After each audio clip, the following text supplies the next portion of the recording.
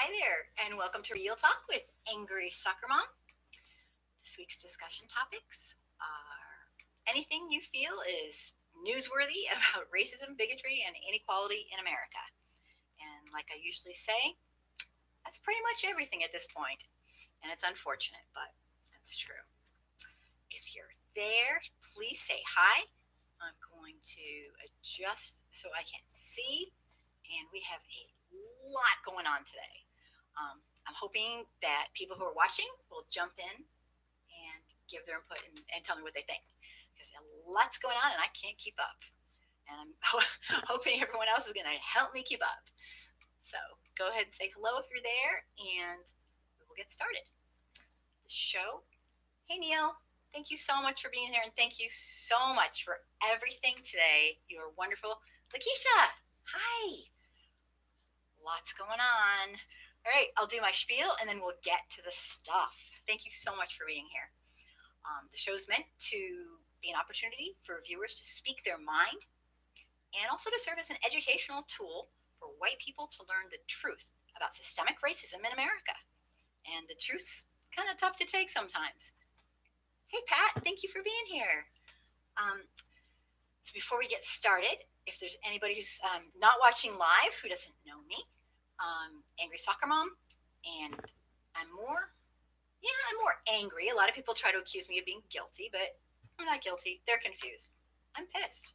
Hate to say it, but this isn't the world that I thought I would raise my kids in, and it's definitely not the world I want for your kids or for you. So I'm fine, Pat. Thank you so much for asking. I hope you're good, and jump in anytime and say whatever you feels on your mind. Um, oh my gosh, I just, right before we get started, I just had someone send me a tape of a woman who was in a hijab, and she was obviously a Muslim woman, and she was telling people how her goal in life, it was just total propaganda. I didn't have time to look at it, but her goal in life is to um, gradually get the entire United States to follow her faith. And I was just like, seriously, dude. So I guess someone's gonna probably be unfriended. I kind of added people and I didn't know who they were, but it's getting ugly. Um, I'm getting sent. This is my first real propaganda. So if you are watching and you haven't subscribed to my channel, please click the subscribe button. I'd appreciate it. And Stevie, you're here. Hello. Welcome. Yay. I'm just getting started. And ring the bell because the bell gives you notifications. Um, all my platforms are centered around educating white Americans about our real racial history. And what I do is I try to have all my platforms using primary resources. And I know I'm not trying to baby people, but the voice of the real people. The closer I can get to primary resources, the better for everybody because I'm not living this. Everyone else is living it, who's not a white person. And I need them to tell other people what's going on. And I'll try to get it to as many people as possible. Not to make saviors, not to make heroes. We're way too late for that. But because it's the least we can do is care about our fellow humans. So um, the more I can get authentic, I don't see anyone in the chat. Okay, there's a bunch of people in the chat. There's like 5 people in it. So maybe I'm not sure what's going on. I'm glad you said something though. Anyone have advice? Pat's having trouble getting all the way to see people. I will say hello. See if it shows up. Hello. Did you see that? Hopefully you did.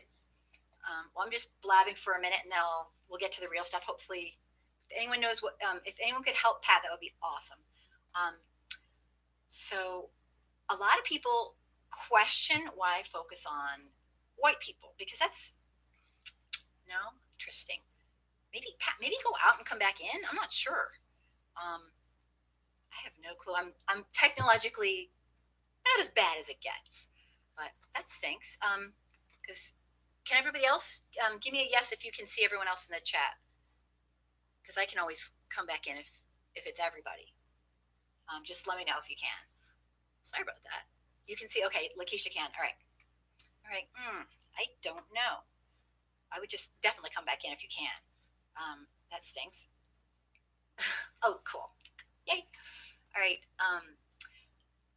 It's not a best practice to focus on white people when you're trying to raise awareness and support Black people or non-white people of any sort. It's not a best practice. And the reason I do it is because even though I know Black people will get their equality one way or another because they're doing it, but I just feel really strongly that why shouldn't they have support? I mean, this is ridiculous. Um, it's ridiculous. It's not even a close call. All white people, I feel, should be stepping up to the plate, and no one can say they don't see it now. That's just baloney. I mean, I'm not saying they should be leaders. I'm not saying they should take over, but it's really, really here's the bottom line. I can start by telling you what I don't do, and I don't want to make it about white people being leaders, and I don't want to make them saviors. But what I do, and what I do want to do, is I want to help white people learn to be human. And Neil, hey, while the show is just starting, please share to your. Oh, okay. Thank you, Neil. I appreciate it. I appreciate it so much. I'd love to have more people come on who can get this to more people. The bigger, the better, because I want to know what you think. And I want to get to people who need to hear this. So thanks, Neil. I appreciate it. That's awesome. And I realize saying I want them to be human is really harsh and kind of mean, I guess, or whatever, but I don't mean it meanly. I just mean, I'm not sure how else to put it. Um, the bottom line is right now, white America is not acting right. And I mean, obviously, there are some people who are, but a lot of us are wandering through life completely ignorant towards what is going on in our world. And it's not good. It's not cool. And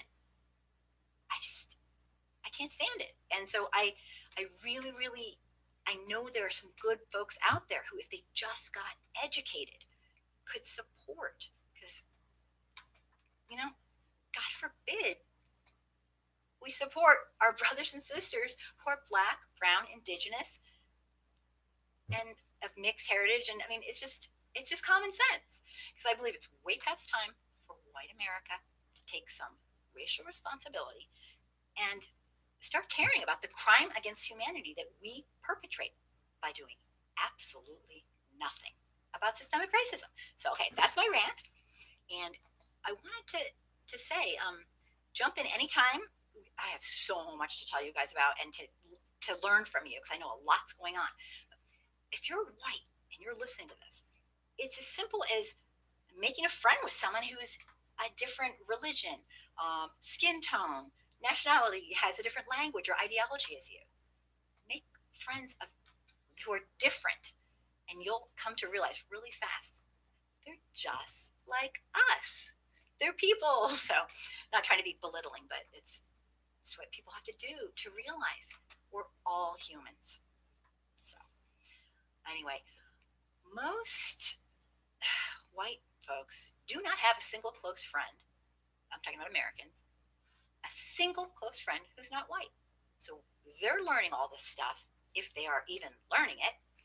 They're learning it from other white people, our media, maybe Fox News, or God forbid, lying President Trump.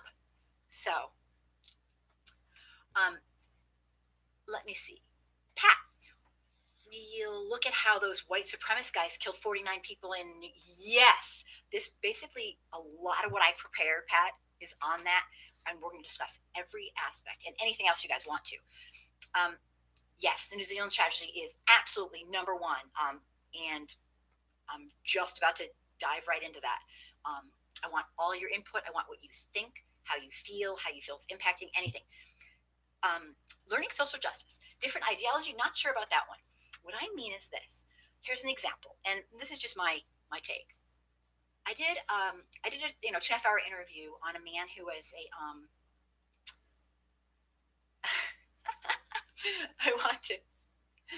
a man who was I'm just reading social justice. Oh no, this is gonna get thorny. Well, I mean, it is what it is. We, can't always be comfortable talking about this kind of stuff, but well, we'll do the best we can.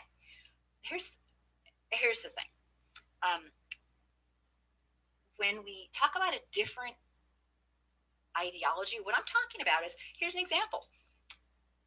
I have learned so much from an interview I did with a man who was an Aryan in the Aryan Brotherhood. He was the leader of the Mississippi Aryan Brotherhood. If you go on my YouTube, you can see part one, part two, part three. I have to put up part four. And he schooled me. He schooled me in humility. He schooled me. Wow, did I learn? And I am absolutely a believer in, and maybe not for people who are brown or black or African American who are tormented by this on a daily basis. They have to live it. The last thing you want to do is hear some baloney from somebody who's completely full of it. But for me, it is my responsibility, just what I think, to figure out what the other side is thinking. How could they possibly be so inhumane? You know from what I've said, this isn't about politics. This isn't even about social issues. This is about being human to me. But when I say learn another ideology, I don't mean, take it under your wing and perpetuate it and share it. I mean, educate yourself on what these people could possibly be thinking, because it helped me. Oh, God, did it help me. Learning, he taught me so much, and I know it's extremely, extremely hard to understand how somebody like that. Now, he's reformed. He got out. He paid a price. They don't. He's a leader. They don't let you leave. He was shot at point blank range in the face, in the head, and he's legally blind now, and he has a ton of medical issues. But he escaped, and he's dedicated his life to helping people escape from that lifestyle.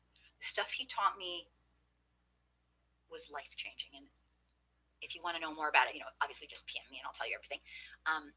That's just my take. Learning social justice. I'm against religion. That includes Islam. Does that make me an Islamophobe? Well, I'm agnostic, so I would certainly hope not. I don't know the definitions, and I don't know what's in your heart. But I'm not big into labels. It seems like I am. I use them because I'm big into being a teacher. That's a great question. I'm very much into having a common language that we can use. But overall, I have no clue what makes you an Islamophobe. I mean, I can definitely say things that if you did, I would say, yeah, I'd probably say that that works. But just from what you just told me, no idea. That's in your heart, and I don't know you enough to know what you do or whatever. But yeah, good question. Neil, white nationalists aim to end multiculturalism, restore unified national cultures, reverse non-white immigration. White demographics have white, yeah, they're worried about white demographic decline and the affirmative right of all people for self-determination. Is that a definition? It's racially and ethnically, yeah, they want a racially and ethnically homogenous homeland. I think a lot of these homophobe, this and that, are kind of extreme. Like, for example, let me see. For me, I'm agnostic. I don't practice a faith. I'm absolutely supportive of people who practice their faith in a positive way. I am not supportive of people who use their faith as an excuse to do rotten, horrific things to people. I think that's a bunch of crap, personally, and that it's just an excuse. So that's my take. Learn social justice. I'm a socialist, and I aim to end multiculturalism too. I don't know enough about what you're saying to judge you. I'd have to, it's kind of strange. Like, I don't really know you well enough to know what you mean. You mean, do you want to go kill people? Or, I wouldn't say that on here if I were you, if that is what you want to do. In general, that's frowned upon, and I know you're not an idiot. You're not going to, but I'm just saying, like, what do you mean by that? I guess is what I'm saying. Like, what do you mean by that exactly? But yeah, to end multiculturalism, and also, what does that mean? And how can one person do that? I mean, it's hard. I'm not sure what to say on this, but I accept what you're saying. That's your thing. I need the details. Okay. And even then, I'd need to talk to you because I'm not judge, jury, and prosecute prosecutor. I'm just a person. So, Pat, let me see here. Pat, look, white supremacists don't see no one but themselves as equal. This is why they want to kill black people, and they don't see blacks as human beings. Absolutely, and it's terrifying. Absolutely terrifying. It's terrifying. 100% yes. Lakeisha, they want America to be white, a white only nation when America is black nation and a Native American. Of course, a white nation. It's really quite ludicrous in the sense that Americans right now who are white, we weren't here. I mean, I don't need to teach you guys history, you know. Okay, but yeah, I mean, this isn't a white nation. This is a nation that white people decided to pretend they discovered and took over. But I'm all about being real. I understand the main thing that white supremacists want, and I know there's different like sectors of these people, and they have different ideologies. But I understand overall that they are. Here's the bottom line: the idea that some groups are less important than others is the root of all that is awful in our world. And that's a quote from Dr. Paul Farmer, who traveled the world as a doctor and saw the truth. And that's something that I hold really close to my heart. All people matter. So I'm not sure where to go with this, but let me see. Lakeisha, yeah, they want to be an American nation only, and it's just not the way it is. Learn social justice, pluralism, diversity, multiculturalism, and something are liberal ideologies. IDPOL. Teach me, what does that mean? You have to help me a little bit with that. Lakeisha, right? And I want America to only be a socialist nation. Oh, well, you know what? I don't think that makes you a bad guy. I mean, I think we already are a socialist nation, but you're saying more, definitely. Socialism is ethnically the best ideology, better than liberalism. Definitely, if you're going to be academic about it and use the labels. I'm personally, as I said before, the reason I use labels is because I want a way to talk to groups of people that everyone gets what I'm saying and what they're saying. But personally, call it what you want. I'm a humanist. I want equality. I want people to make choices based on valuing all humans. And that's where I draw the line. I don't know if you're asking me social justice about my own personal affiliation, but kitchen politics, where are you? He's coming. Yeah, I just talked to him actually. But yeah, I get it. Learn social justice. Lakeisha, right. And I want America to be a socialist nation. Socialism is ethically the best ideology, better than liberalism. Identity politics. Learn social justice. No, we are a liberal nation. We're a liberal nation, I guess. Again, I'm not into you're very academic in the way and I appreciate that. I'm not as much. Call it whatever you want. I don't think we're at a point where we're good. That's for sure. That's for sure. Welfare liberalism is not socialism. No, I understand. I understand that. And if you want to expand on that for people who want to know, please do so. You have, as a socialist, I'm assuming that's you're as a socialist, you know way more about it and can explain things better. So go for it, and I will read it.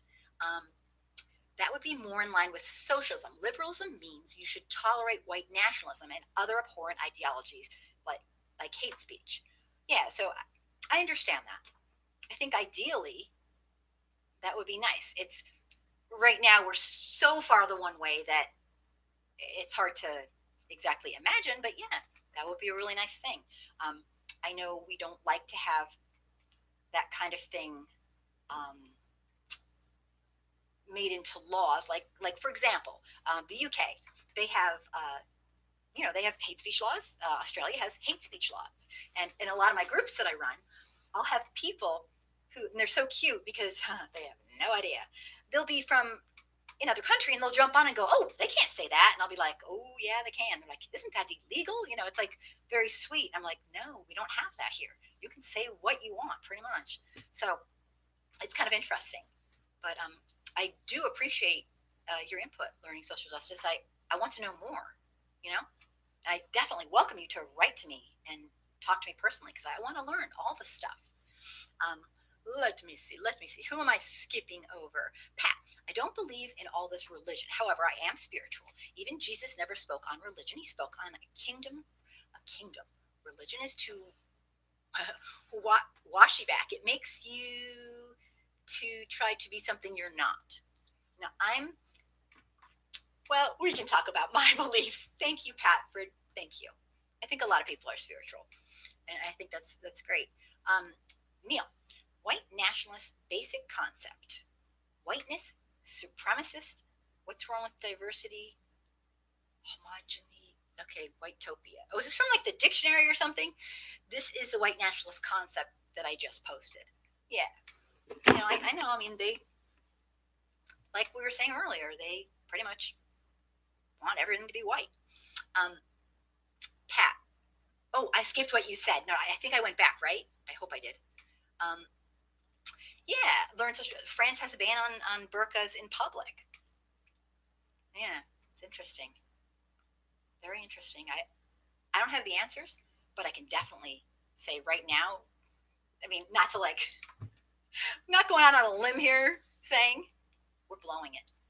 We're blowing it big time, and it's all because people don't want to open up a freaking book, and I find that just unbelievable. And I guess people just want to hate. It's amazing. There is no reason why people in this day and age can't educate themselves about the truth about our absolutely barbaric history, and there's no reason. Al, hello. Thank you for being here. Yay. Thanks for saying hi. If you're listening and you're shy to say hi, don't be shy to say hi. Please. I would love to know you're here. And Pat, make sure I didn't skip you. That I think I went back. Robert, hello. Yeah, it's fueled by amorality, greed, and gluttony. Absolutely. Like Don said last time, all the religiously, I guess it's religion, the seven sins and whatnot. All I know, all I know for sure is that this nation has chosen greed over, like it's rocket science, greed over humans, and it's disgusting. So, oh, thank you, Neil. Thank you so much. I appreciate that. So let's get into our topics for tonight. And these are not the only topics we have. So bring up what you want here and there, and I will try not to skip anybody. So while you're thinking of topics that you want to discuss, I want to go down a quick list of what I've prepared.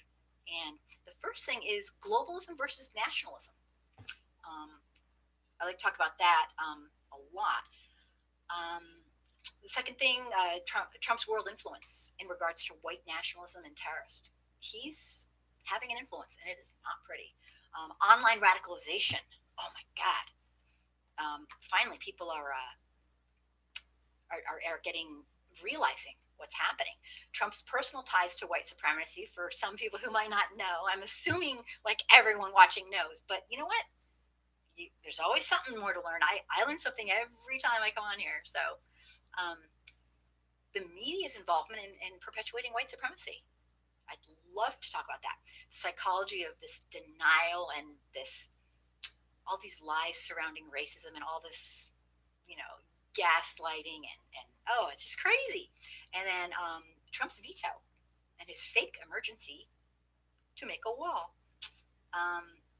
And then some factual stuff about homegrown terrorism and white nationalists and terrorists and other threats. Rhetoric against Muslim Americans and Muslims all over the world and the influence. So let me take some people. Lakeisha, Fox News talked about slavery, but didn't read the history because they said slavery ended 150 years ago. Laughable. And you know what? It's so funny. I mean, laughable, like in the sense that I want to cry. Okay. Um, it's ridiculous. When I hear Fox News, they are so ahistorical. They're it's ludicrous. They don't. I mean, here's the thing, and Lakeisha, I'm sure you'd agree. Anyone can say anything if they're just making up shit. Okay, and that's basically what they are. When you're ahistorical, you're not into science. You know what? You can just say anything you want because you're not in reality, and you're not in to our best knowledge in reality. So, I mean, look, right? They can just say whatever. It's really quite scary. In fact, one thing before I take more, I saw something on. This just really got me jazzed. I saw something where people left and right are starting to. I don't mean leftist and right. I mean people all over. Excuse me, I shouldn't use that terminology. Um, are starting to actually uh, get Fox News to realize that they better stop doing what they're doing because people are trying to their sponsors are dropping because people are writing to their sponsors. I would love to start a campaign writing to all their sponsors saying you better get lost because the thing is with the white supremacy we have in America, um, it's all about the money. It's pure evil greed, greed over humans, and they respond to the bottom line. It won't make them not racist. It won't make them humanistic, but it'll shut them up and it'll stop them from what they're doing. So anyone who wants in on that, PM me because I would love to start something because I got really motivated by that. Thank you, Lakeisha. That's absolutely Pat. Hatred is taught. Exactly. Of course, it's taught and it can be untaught. And that's why I'm all into education. Robert, we're living in H.G. Wells, The Time Machine. Yep. I have not read it or watched it, but I know of it because, just from being around the block, being old, whatever. Absolutely. Or George Orwell, 1984. Jeez Louise. This is scary. And we are repeating history, which is something we'll get into tonight. Pat, Bridges, slavery never ended. As the 14th Amendment still exists, then it's still here. No one should be enslaving another human being. Absolutely.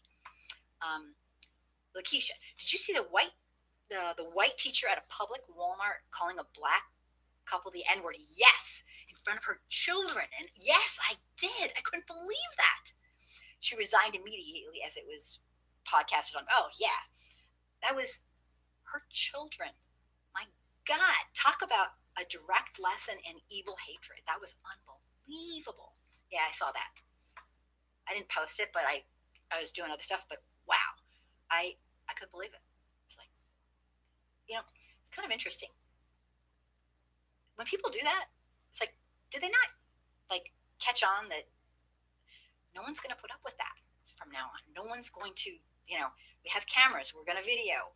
And I'll tell you, from the people, because I'm lucky enough to have a very large amount of people in the United States and spread out, I get lots of input. And I'll tell you, it's working. You might be able to get away with something legally, but there are social consequences that are grim, and you will not get away with it socially. Just because it's legal does not mean you are not responsible for your behavior. And anybody who wants to know about online stuff, because I hear what's happening a lot from a ton of people, it's working. It's working, and at first I was like, when I was younger, it's like, oh, that's so mean. That's just so mean. I'm like, are you kidding me? This is killing people. Yet they continue. That's evil. That's what's so mean. So let me get off my little high horse here. Nay, sorry. I'm on a high horse. I'm often on a high horse. But I'm so passionate about this because I can't stand that white folks don't care. And it makes me crazy. Let me read some stuff. So yeah, I saw that. She was in the wrong, and those girls didn't know what that word is. Yeah, you know what was so strange? I watched the little girls, and they were those poor children. That was like abuse. I mean, obviously it was abuse, but I mean, it was like they were like a deer in headlights. They didn't know what to do or what to say. I mean, I don't know. It's disgusting. Totally disgusting. Did I skip anybody? I hope not. Neil, Robert, I agree. I have read them. Also, if you can find the ABC series America, it is what is happening today. Worth watching. Thank you, Neil. Definitely. Hello, Dr. Cindy. Yay. Nice to see you. Thanks for being here. We're talking about we're just about to start onto all these different subjects. Jump in whenever you wish. Yay. I'm happy to see you. Um, I will keep taking everyone's comments as much as possible. I want to jump in. I heard a really decent podcast the other day on globalism versus nationalism, and it's something I really don't talk about that much. So I figured I should. Yay! I am so thrilled to have you, Dr. Cindy. Yay! Right now, and just jump in anytime. Right now, our world's experiencing this push and pull with globalism and nationalism, and I'm sure people on right now probably know this and stuff, but I just think this is a topic that's not going away. And I saw a podcast a while back, and it was kind of telling. And like I said, listening to other people's ideologies, even if they're completely like opposed to mine, does teach me a lot. And it's something to think about, the nationalism, putting your own interest, your own nation's interest. I'm just quickly going to define this because we're going to have some new people who are kind of beginners watching. It's putting your own nation's interest ahead of all else. Globalism, pride in your country, but also having empathy for the world and recognizing our interdependence and that we need to count on other nations. So why do nationalists hate globalists so much? I think, and this is just a guess, I don't know. Obviously, I don't speak for them, that's for sure. I only speak for me, but nationalists believe that globalists are not patriotic and that they're somehow disrespecting what came before us, like by allowing foreign invaders to come in. They're very ahistoric, oftentimes, because, see, white folks are the foreign invaders in America. It's just confusing. But Robert, what people do not understand is the prophecy in the Bible, which is a historic book. However, man made it into a religious book. No one nation rules forever, and the next nation will begin. You're right. Well, yeah, it's a historical interpretation because a lot of people have passed it down, and definitely, Pat, they need to announce the white supremacists as terrorist attacks. Absolutely, absolutely, and that's something that. Thank you, thank you, Robbie. That's very nice of you. Oh my God, I'm so embarrassed. Okay, thank you. Welcome to the show. So, nationalists versus globalists. So here's the thing. Being, they believe nationalists believe, excuse me, you really threw me, Robbie. Jeez Louise. Nationalists believe that, we're traitors, basically. And that's to the extreme, and I don't speak for them again. But an example of nationalism, pulling out of the Paris Accord on global warming, when we're the second largest contributor of pollution in the world. Well, it's okay. That's fine. No, I'm so immature. It's not even funny. I admit it. Okay, we are the second most polluting people. Well, probably number one now because China's made so many changes. And yeah, I don't know that for a fact, but I'm just guessing. I do happen to work for a Chinese company. A little information there, but they don't tell me anything. Globals make the case that acknowledging and reinforcing our reliance on others is a great way, and probably the only way we can tackle some of the biggest problems of our world, like nuclear proliferation and obviously climate change, the global refugee crisis, terrorism, clean water, world hunger, you name it. Um, yeah, and learning social justice. Nationalism is a generic term, and you need to identify the ideology behind it. If you want to jump in and define it, I, in my mind, I'm a pragmatist, and I know you're academic, and I can be academic, but in my mind, it's a euphemism for being a white supremacist, and I know that's probably not correct, but it's the feel that I'm getting, um, that the public is using it like that. Bannon has been working towards worldwide white supremacy. Yep, absolutely, which is not nationalism, but nationalism is necessary for each country in order to stoke the flames of separatism. It's confusing. Yeah, thank you, Dr. Cindy. Yeah, it's, I know in the exact definition, it's not how we're using it right now. Right now, I think people are really using it as like basically you're racist. You know what? You're like a white supremacist. But the actual term is probably not really what it was. And the stuff I've been reading is kind of academic, so they're using it as not the extreme version, a pretty word for being a white supremacist. They're not using it as that, so it is confusing. Yes, I am that. Thanks. Um, Let me see. Right. Nationalism is a mechanism designed by the New World Order. Yeah, I am. I want to get into this a little bit. You're good at making fun. Great. All right, that's your job, huh? Very funny. Neil, white nationalism, white extinction. Okay, this is the definition. Um, White. Let me see. Neil just wrote a definition out if you want to read it. I'm assuming that's a definition just because of the numbers. Um, Here's the thing: we have a lot of global problems, and one of them might kill us all. No, two. Wait, three. No, four. Oh, wow. Here we are. So I'm just stating the obvious. You need to have some sort of balance between loving your country and giving a crap about your fellow human. I don't think it's rocket science, personally, because here's the thing: we have all these problems that impact everybody, and we're humans. And humans are so lucky. We don't just go on instinct. We actually can think and learn. So I'm like, not like I'm teaching you anything here new. We can think. And that's what makes us special.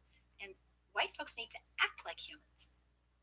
And I know that sounds harsh, but what's happening right now is harsh. Okay?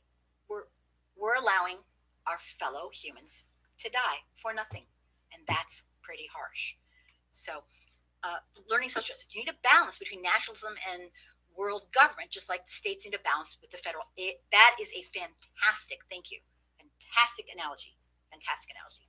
Thank you for putting that. So I don't see why we can't have both. People have multiple identities.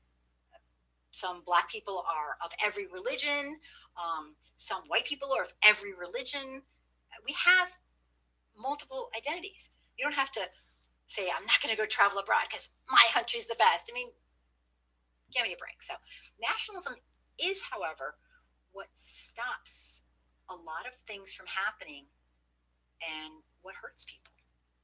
Nationalism is what stops immigration a lot of times, or harms it or hurts it when even when it's beneficial. Nationalism stops people of certain faiths and certain shades of skin tone from entering certain spaces. And that's not equality. That's sick. And nationalism stops people from feeling safe in their own country. And that makes me disgusted. So I get disgusted a lot. Dr. Cindy, nationalism actually has always been a separatist ideology that says my country first. White nationalists take my country first and create my white country first. Thank you so much for right. So it's like taking it a whole nother level. This is the correct, yes, absolutely. And again, like I was saying, it's ahistorical, and it's not scientific in any way, shape, or form with social science or with the hardcore real sciences of science. It's yeah, and learn social justice. What white country? It's never been a white country, and it's a lot of this is just kind of delusional kind of grandeur behavior. I don't know how to explain it. If I could, maybe I'd be a genius or something, but I don't get it. So, Dr. Cindy, yes, it is. And a lot of this stuff is, I don't want to be rude. It's not rocket science. This is just kind of being present and being real. Um, and white folks do have to drop their ego at the door. A lot of white folks were brought up because of, we live in a society that was based on white supremacy, brought up to somehow, whether it's just, subliminal or implicit bias, to believe that, we're kind of like better in some way, shape, or form than other people who are not white. And it's going to be a little painful for most white people. And you know what? Do it anyway. It's what you do because you care about your fellow humans. Go through it's not going to kill you. It's going to make you a better person. So anyway, I'm on a rampage. White supremacy isn't for white people. It's for the 1% to benefit. Absolutely. And in fact, one of the questions I was considering posing and not answering here is, actually, maybe we could get into it next week if you guys want to, is who, racism is a moneymaker. Systemic racism is a great moneymaker. Who are these people who are benefiting, and how are they making money? Because I've been starting to study that a little bit, and I know a ton of you already know all this stuff. So let me get some comments. Let me see. Dr. Cindy, like it or not, right? Here's one. Should we let the racists move to a state and let it be theirs? That's a good question. What do you guys think? I definitely have my own opinions. And learn social justice. Robbie, that's true. Yep. Dr. Cindy, for people who say the 1%, what and who do they think these people are? I don't know if you're asking me personally. I think they're the wealthiest people who benefit from keeping the poorest white folks and the least educated white folks thinking and blaming Black people for everything that is their problem, when the fact is the most elite and wealthy people are taking over, and it's like capitalism unchecked. It's gone too far. They're in it for themselves. That's just my thing. But I'm definitely answer. Dr. Cindy posed a question, so jump on in. Let me see. I will back up. Okay. Pat, look, here's the reason why the white supremacists don't want to give up their guns. They're afraid because they feel vulnerable without guns. This is why they're pushing so hard to ensure that. Yeah, it's a false sense of security. And like I said in some of the other live shows that we've been talking on, they don't want to be safe. This is a distinction. They want to feel safe. Like, for example, a wall. Well, it seems logical. There's a barrier, but give me a break. It's not going to make us any safer. That's not how they get in. That's not how terrorists come in for the most part. They really don't. And everybody knows that. But they want to feel safe. So it kind of goes along with their philosophy in life. And I'm not speaking for anybody. I'm just kind of talking generally, kind of off the cuff. So you can tell me I'm wrong if you want, and I'll ignore your comment. Just kidding. But they are in denial. They don't really want to know the truth. They just want to, it's all about emotion, and it's all about fear. And Trump is amazing at igniting all this. And he just has to say a little bit, and he does it. Let me see here. Lakeisha says, exactly. Robbie, Kim, I run a truth page on Facebook and will message you on. Oh, that sounds fantastic. Thank you so much. That sounds awesome. I would love that. Thanks. Let me see. I'm completely jazzed about that. Thank you. And now I've lost my place for scrolling. Okay. Where am I? America is stolen land, and the colonizers rape, rob, and murder, and then name the land after themselves. America was right; it was named after Amerigo Vespucci. Yeah, it's the whole thing's ludicrous. It's in general, white American culture is like a fantasy, like a fantasy land. I'm sorry, but it is. It's a fantasy land. We don't face our real history. We don't take ownership of it. We don't try to make amends with reparations and with everything we can do in stopping systemic racism. We just go about our business. For the most part, that's what white folks do. And it is unacceptable. And it's cruel. And it's sick. And I know it's a lovely life for white folks who can go their entire life not realizing what they're living and what they are perpetuating by doing absolutely nothing to stop and help and support Black people and lots of other people who are not white, who really don't deserve what we perpetuate. We invented it, and we love it, and it's really sad. We like our racism in America more than we like ourselves. And I know that kind of sounds bizarre, but don't get me started. Let me see. Where am I? Robert. Oh, Turtle Island was its original name. Then they have the nerve to tell Mexico to go home when they were here. And yeah, exactly. And it absolutely. Leslie, hello, yay! I'm happy to see you. Absolutely, Robert. It's all it's kind of funny. I've studied Kim Jong Un for a while because I worked for a while. I was working for a company raising funds for them, and I learned a ton about North Korea. And there's a lot of fantasies, like Kim Jong Un's father knew, he found the first unicorn lair. There's all these. You know what? We're not quite. We're thinking, oh, that's ridiculous. Well, you know what? We're not doing much better. I mean, obviously they have some incredibly insane stuff going on there, but I don't know. We really like to talk about other nations when we really just need to look at ourselves.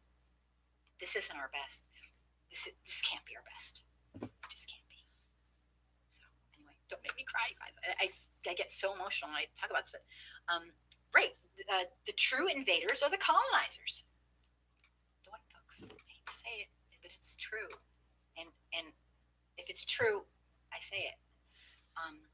Neil, Dr. Cindy, what I was posting is the white nationalist manifesto that I researched, so I'm agreeing with you. Okay, got it. Kitchen politics, where have you been? We've all missed you, but I'm happy you're here. Yay, let me see. Florida bill will allow illegal immigrants to get driver's license. Representative Anna Escamani, Democrat, sponsored the bill. Is it a trap? Very little GOP support. Would allow illegal immigrants to get driver's licenses. That would have to come with something else too, because if somebody is here, if they're undocumented, as we say, they can get a driver's license, then they're on record and standing out. So I want to know more about that, because that's, I'm white and I don't trust our government. I can't imagine that.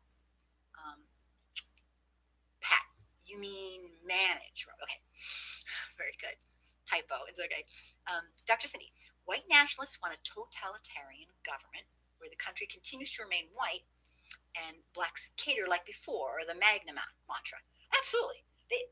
They want to set us back to, oh yeah. It's terrifying. They want to, I don't speak for them, but it seems like they want to put it back so that most people are thinking, oh, the people who are non-white are not human or something. I mean, this is crazy.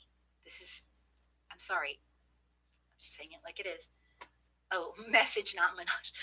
Okay. Very, very good. Okay. Learn social justice. What about blacks that are right-wing, MAGA, Trump supporters? Yeah, it's kind of a mystery. It's not my place to say, but you guys definitely can talk about it. It makes me sad. I know a lot of people,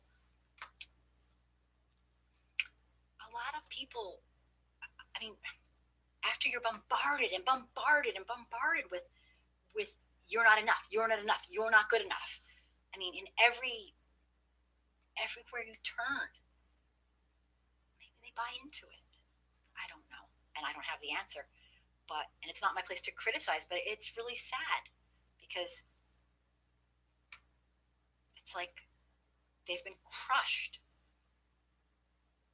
by sick white supremacy, and I don't know why. Maybe someone who does know or has ideas can speak to that because I don't know. It makes me so incredibly sad. But again, how can I judge as a white person? I'm not going through what they're going. Maybe if I was a black person, I'd be like that too because I would just be just crushed by all this. I don't know. So it's not really my place to say. But yeah, but go for it, you guys. Talk about it, and I will read what you say. Okay. Um, let me see. Let me see. Um, let me find my spot. Um, oh wow. Okay, I'm backing up. I'm backing up. Okay. Pat, Robbie, stop saying man PF color. Okay, you're black. Of color is too broad. Be more specific, and black is. Yeah, it's a lot of people. It's kind of interesting. I've gone full circle. I've gone full circle like with because I deal with like a lot of volume in what I do. So I can't win, and some people get very upset if I say person of color, and they get very upset if I say black person, and they get very upset. So it's like it's hard to find your. I mean, you have to find your own thing. So as a white person, I do the best I can. Um, I understand what your sentiment is, and I'm happy to read that. I've heard that before. Um, Part of the problem is this, and for white folks who might be listening who maybe don't really know, oftentimes we'll try to group everyone together. But the experience of black people in America, and I'm talking about people whose ancestors were forced into a non human status by white people, is markedly different than any group, and in America. And so to group them together is a disservice.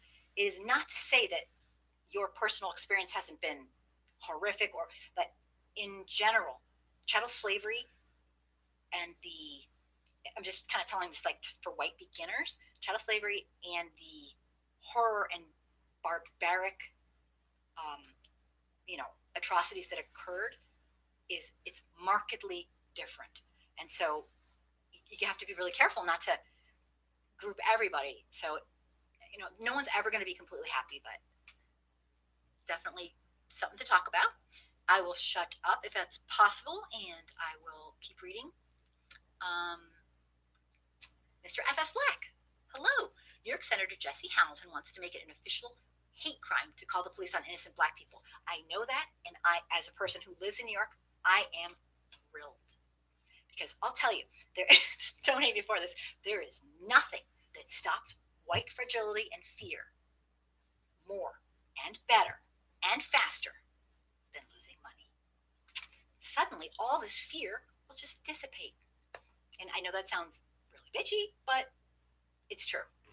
You should watch. I love that dude for doing that. Learning social justice. Let me see. Anything that anything that votes the assholes out of Republicans out of Florida. Yeah, Dr. Cindy, there are the 1% wealthy white people. Did I skip that? These are the 1% wealthy white people. I hope I didn't skip that above and then have to read it again. Okay, got it. If I do skip you, come back and definitely write in what you want to say, and I'll be like ashamed or whatever. Kitchen politics. Driver's license will not entrap illegal immigrants, it says. Of course it does. But we all know better. It's Florida after all. Florida does not have a good record for that. After all, Andrew Gillum leading a registration drive as we march to the 2020 election it launched today. Yeah, it's some scary stuff. Gone are the days where you don't have to do your own research. We have to do our own research big time and check it 3 times. I mean, it's a lot of work, and there are some places that are trust, you can trust, but my let's just say personally, my trust isn't growing. It's going downhill, as I'm sure everyone understands and probably feels the same way. Um, Dr. Cindy, they support white supremacy. Robbie, as a man of color, I can say black Trump supporters are under a strong delusion. Thank you. Yeah, and it's for as a white person, that makes me really really sad because that makes me feel like, my God, they've gotten to them. Like they've, and you know what? I'm a really sensitive person. I could seem, I don't know how I'd be, and that's why I don't know how I'd be. I mean, I know how I am now, and I'm white, so I don't know how I'd be. I'd probably be in a mental hospital somewhere. I don't know, but yeah, thank you, Robbie. Appreciate it. Robert, they're cowards. Without their guns, they're nothing. Write their laws for themselves and against all non-white people. See, here's the thing. Here's a scoop that I like to talk about. They're delusional with their guns too. I'm sorry. If somebody wants to take over, not to advertise, but okay, tell me what you think of this. If somebody wants to take over, they're going to turn off the electricity. Okay, the electricity. Bye bye. No electricity. That's all they have to do, and then wait. Use time as a weapon. They'll have time as a weapon, and that's what they'll do. Or, an you know, a large bomb on your house. I mean, look what they did to Black Wall Street. I mean, a gun, a little pistol. That's nice. Again, I truly believe, and this is just my opinion, the whole thing is it's for to feel safe, but it's not really to be safe. Okay, to be safe, it's like a little bit more than your little pistol. But anyway, just my take. Um, Pat says that's right, Doctor Cindy. Whoa, it scrolled up and I lost. Yeah. Um, Let me find that again. Um, okay. I've lost it. I apologize. Um, Let me see. Let me see. Wow, a lot of people have said stuff, and I didn't scroll. Um, right, Dr. Cindy. Okay, Dr. Cindy. It's always existed. Does not reflect the the whole of the race. Okay. Kitchen politics. DeSantis and Trump will still going after the former Tallahassee mayor who is black, even though the FBI cleared him of any and all wrongdoing. Of course. Of course. Of course. That's what he does.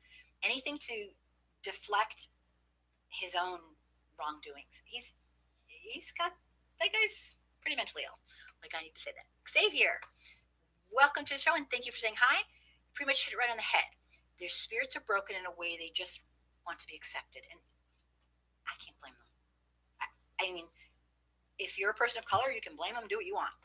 I totally get it, but I don't have the right. Okay, so that's, thank you. I just can't imagine. Dr. Cindy, there are even black people who think racism really ended. I know, I know, because sometimes I get them, and it's beyond disturbing. In my groups, sometimes the people come in my groups, and I'll be like, that's a black person saying this, and I'll look it up, and I'll like, I never go onto people's home pages because I'm just don't. I guess I get like a feel for what they say. I'll be like, oh my God, is that a black person saying that? Oh my God, and it's like shocking. I can't believe they're basically working against, like, they're cruel to their own selves. And so I'll go on and go like, maybe that's a fake. I'll try to like scrutinize it, but yeah, it's shocking. But this society is really strong, and it's what we were made on. So it was what we were created on. The backs of human beings who white people decided would have a non-human status, so they could do rotten, evil, barbaric things too. That's pretty fucked up, and that's intense. And we're all born into it, and we didn't create it, but for the love of God, we need to support an end to it. And in my views, as many of you know, and I promise I wouldn't be going on, but of course I always do. If you're doing nothing and you're white, oh, you're doing something all right. There's no neutral. There's no neutral. If you do nothing, you are supporting systemic racism in all its disgusting, cruel, and murderous ways. It's just the way it is. So you gotta, if you're white, you gotta educate yourself. It'll be scary, yes. And yeah, you're gonna feel pretty stupid and you're gonna feel a little racist here and there and you're gonna make mistakes. But do it anyway. Because it's called being human. You can't just sit and watch. That's not right. So I started up again. Um, um, Pat, then they are delusional, doctor. Yeah. Learning such kitchen politics. Yeah, we need to do something in Florida. Florida is Florida's brutal. I've just heard so much and read so much about Florida. Kitchen politics. College admissions scandal causes a major fallout. People of color and minorities are denied entry into Ivy League colleges, even though they qualify. What do you think has been done? What do you think will be done as punishment for guilty parents? Um, Kitchen politics. Are you asking me, or hopefully you're asking everybody? Um, I'm disgusted by that. That is, I hope that the wrath of the law falls upon them. What they've taught their children. Oh my God. See, here's my thing. If you're powerful and wealthy in America, you are powerful if you are wealthy. Now, to certain degrees, depending if you're a white person and where you're at, but and what you do with that. But I am way all about that Spider-Man mantra.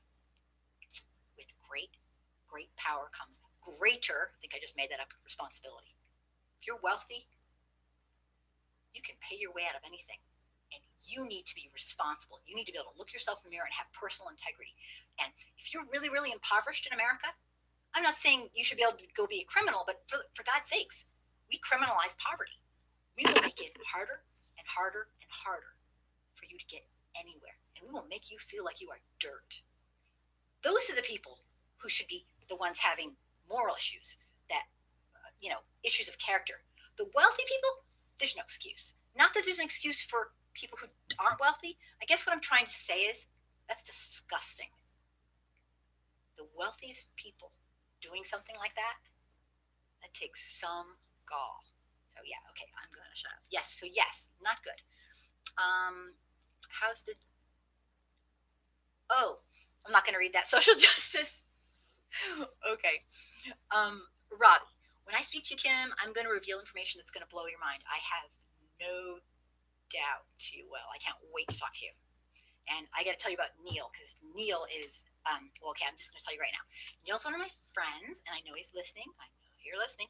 And he had a syndicated radio show for a number of years. And he did tons of stuff. He has connections, and he is very, very smart. And he's gonna want in on whatever you say too. I can just tell you right now. Just speaking for you, Neil. Okay, Mr. F.S. Black. Politicians use broad terms like people of color to act like they're for equality while doing absolutely nothing for the Black community. Absolutely. Abso-stinkin-lutely. Like, when the politicians that are coming up for election right now, I'm not, leading anything, but I will not even consider a vote for somebody until they have a total agenda and are going to tell me what they are going to do about systemic racism for Black Americans, what they're going to do about reparations. I want to know what they're going to do. And if they take any PAC money, anything, they get nothing for me. And that's my bottom line. That's the least I can do. They have to have an agenda that's a real agenda, not rhetoric, but what they are going to do to end this. Because the wealthiest people are not going down without a fight. They're not going to let us do this. And that just brings me to a lot of different things. But anyway, I'll keep taking. I have so many things to talk to you guys about tonight. Absolutely, Mr. S.F. Black. Yes. Dr. Cindy, the term people of color came loosely from a statement from Martin Luther King in the 60s, where he used citizens of color, and it was a way of making white people more comfortable than using the emerging Black. Yeah, and you know what? Everything's about making white people comfortable in America. It would seem that, so it totally makes sense what you're saying. I did not realize that, but I believe it. Yep. Black identification. Fast forward. Black people are emerging again, and a more comfortable people of color is dot dot dot. Let me find is used, but it's even more complex since it works with the fallacy of diversity, which pretends to include Black people as people of color. Um, I don't include that. I I sometimes say other people of color, but I try to separate Black people, and I don't know why I do that. It just seems like I kind of do, but I don't know. Yeah, it's it's really strange because as a white person, like I try to go with what I try to go with what the best practice of the time is, and because I am absolutely passionate about this, it's not being politically correct. It's being human. And I'm not politically correct at all. Politically correct would mean that I don't feel that way and I'm using language that I'm using just because I want to cover up the way I feel. No, I actually feel that equality is a good thing. So it's kind of a, it sounds like I'm being politically correct, but no, it's called being human. It's called having some respect. And it's called being a decent human. So yeah, and I'm going to go back, back, back, back, back. Thank you for, did I read everything? Yes, okay. Thank you for, I kind of was following that comment. Now, let me go back, back, back, back, back. Um, almost there, almost there. Okay. Okay. Robert, like the civil rights bill, it's civil rights bill benefit white women more than exactly. They benefit it benefits white women more than Black people even in a lot of ways. Also, the other people of color try to jump on the bandwagon. Hell, Black still have not got theirs yet. Right. And that's, Robert, that's my biggest thing. And when I said I don't know why I said that, but I do, it's because, like I said at the beginning of this of our chat, this isn't this chattel slavery and people who are put in a non-human status and overall the atrocities, the barbaric treatment, that history that white folks don't know about because they don't want to know and they don't,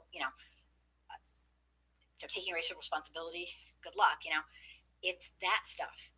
Um, there's no experience like it. And I'm not saying that individual cases, you know, obviously haven't been tormented more than others, but overall, it's not a close call. There's been no experience. It was centuries of barbaric chattel slavery. So it, putting them together, like I know the one the new Congresswoman had kind of done when we talked about reparations. Um, Cortez, I was like, wow, that was just dang. So yeah, it's not okay. Um,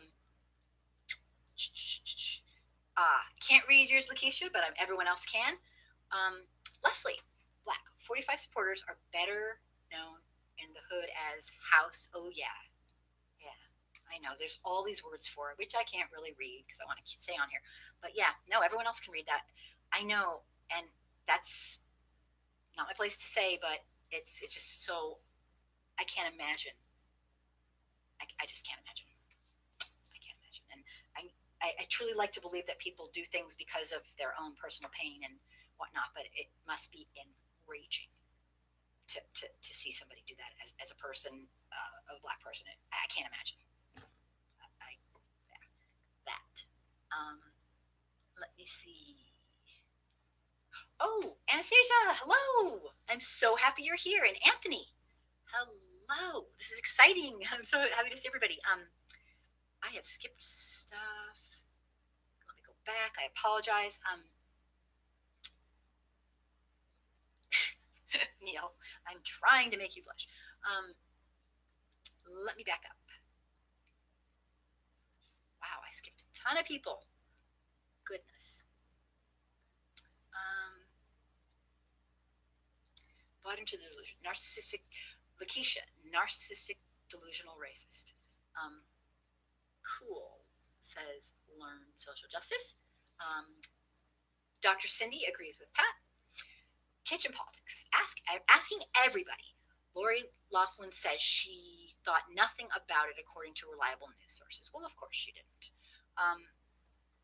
Learn social justice. Abolish billionaires. Um, you know, here's the thing. If you're a billionaire, I honestly could care less. What I care about, I want to know what you're doing to help society with your billions. Okay, that you're a billionaire. One time, I was at a book fair. Okay, for used books, and an elderly man helped me out, which was very sweet. And I said, "Thank you so much." And he said, "Do you know who I am?" And I was like, "Yes, you're a man who's helping me out." Okay, I'm not trying to be crazy, but it's like, no, I'm the mayor. I was mayor of this town, and I was like, blown away. Not that he was mayor, that he had to tell me, because he, no offense, with all due respect, that's nice, and I'm happy for him, but it doesn't mean he's a good person. It doesn't mean like a billionaire. I'm trying to compare this to like, you're a billionaire in America, people bow down to you. Give me a break. Getting wealthy in America has a lot of luck to it. Okay, I know so many people who are incredibly talented, who are practically on the streets, who should be. I mean, it's not all about who's best. It's about who has connections and whatnot. And it's a lot of luck. And so I guess what I'm trying to say is this guy reminded me of what white folks often look up to in people like Trump. He's rich. He's when I did my interviews with the people on the street doing a rally. Like, but he's going to give us. He's going to not even take a salary. It's like his salary is. That's like a gumball machine salary for him. You know, people just don't get it, and they look up to and they act like wealth is just the end all, and they're such great people. No, they're not. They're lucky people, and I'm not unhappy for them, but I don't really care. This mayor wanted me to, so of course I said, "Oh wow, that's so great." I wasn't gonna, he's an older man and stuff, but wow, it was just weird. That's all. But anyway, I will stop blabbing. That's what you think. Okay, where am I? Leslie, people.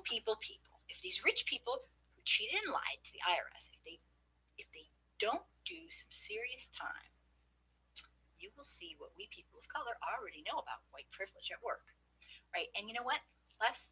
100%. White folks need to get this. We absolutely, economically speaking, we who are not wealthy need to unite with the black folks and other non-white folks and come together and say, we're done. We're done. But every time, just like Michelle Alexander's book, every time people start getting closer to realizing this common plight, the propaganda machine does its work and makes people blame black people for everything, all their problems, when it is when actually the truth is the opposite. White folks caused with redlining and with, my God, chattel slavery and black codes, sundown towns. I mean, I say this every time. We created this, yet we blame the over the centuries, the victim of it. It's sick. It's really sick. Like you need me to tell you that. I think you know that. But all right, let's take some. Thanks, Les. Absolutely.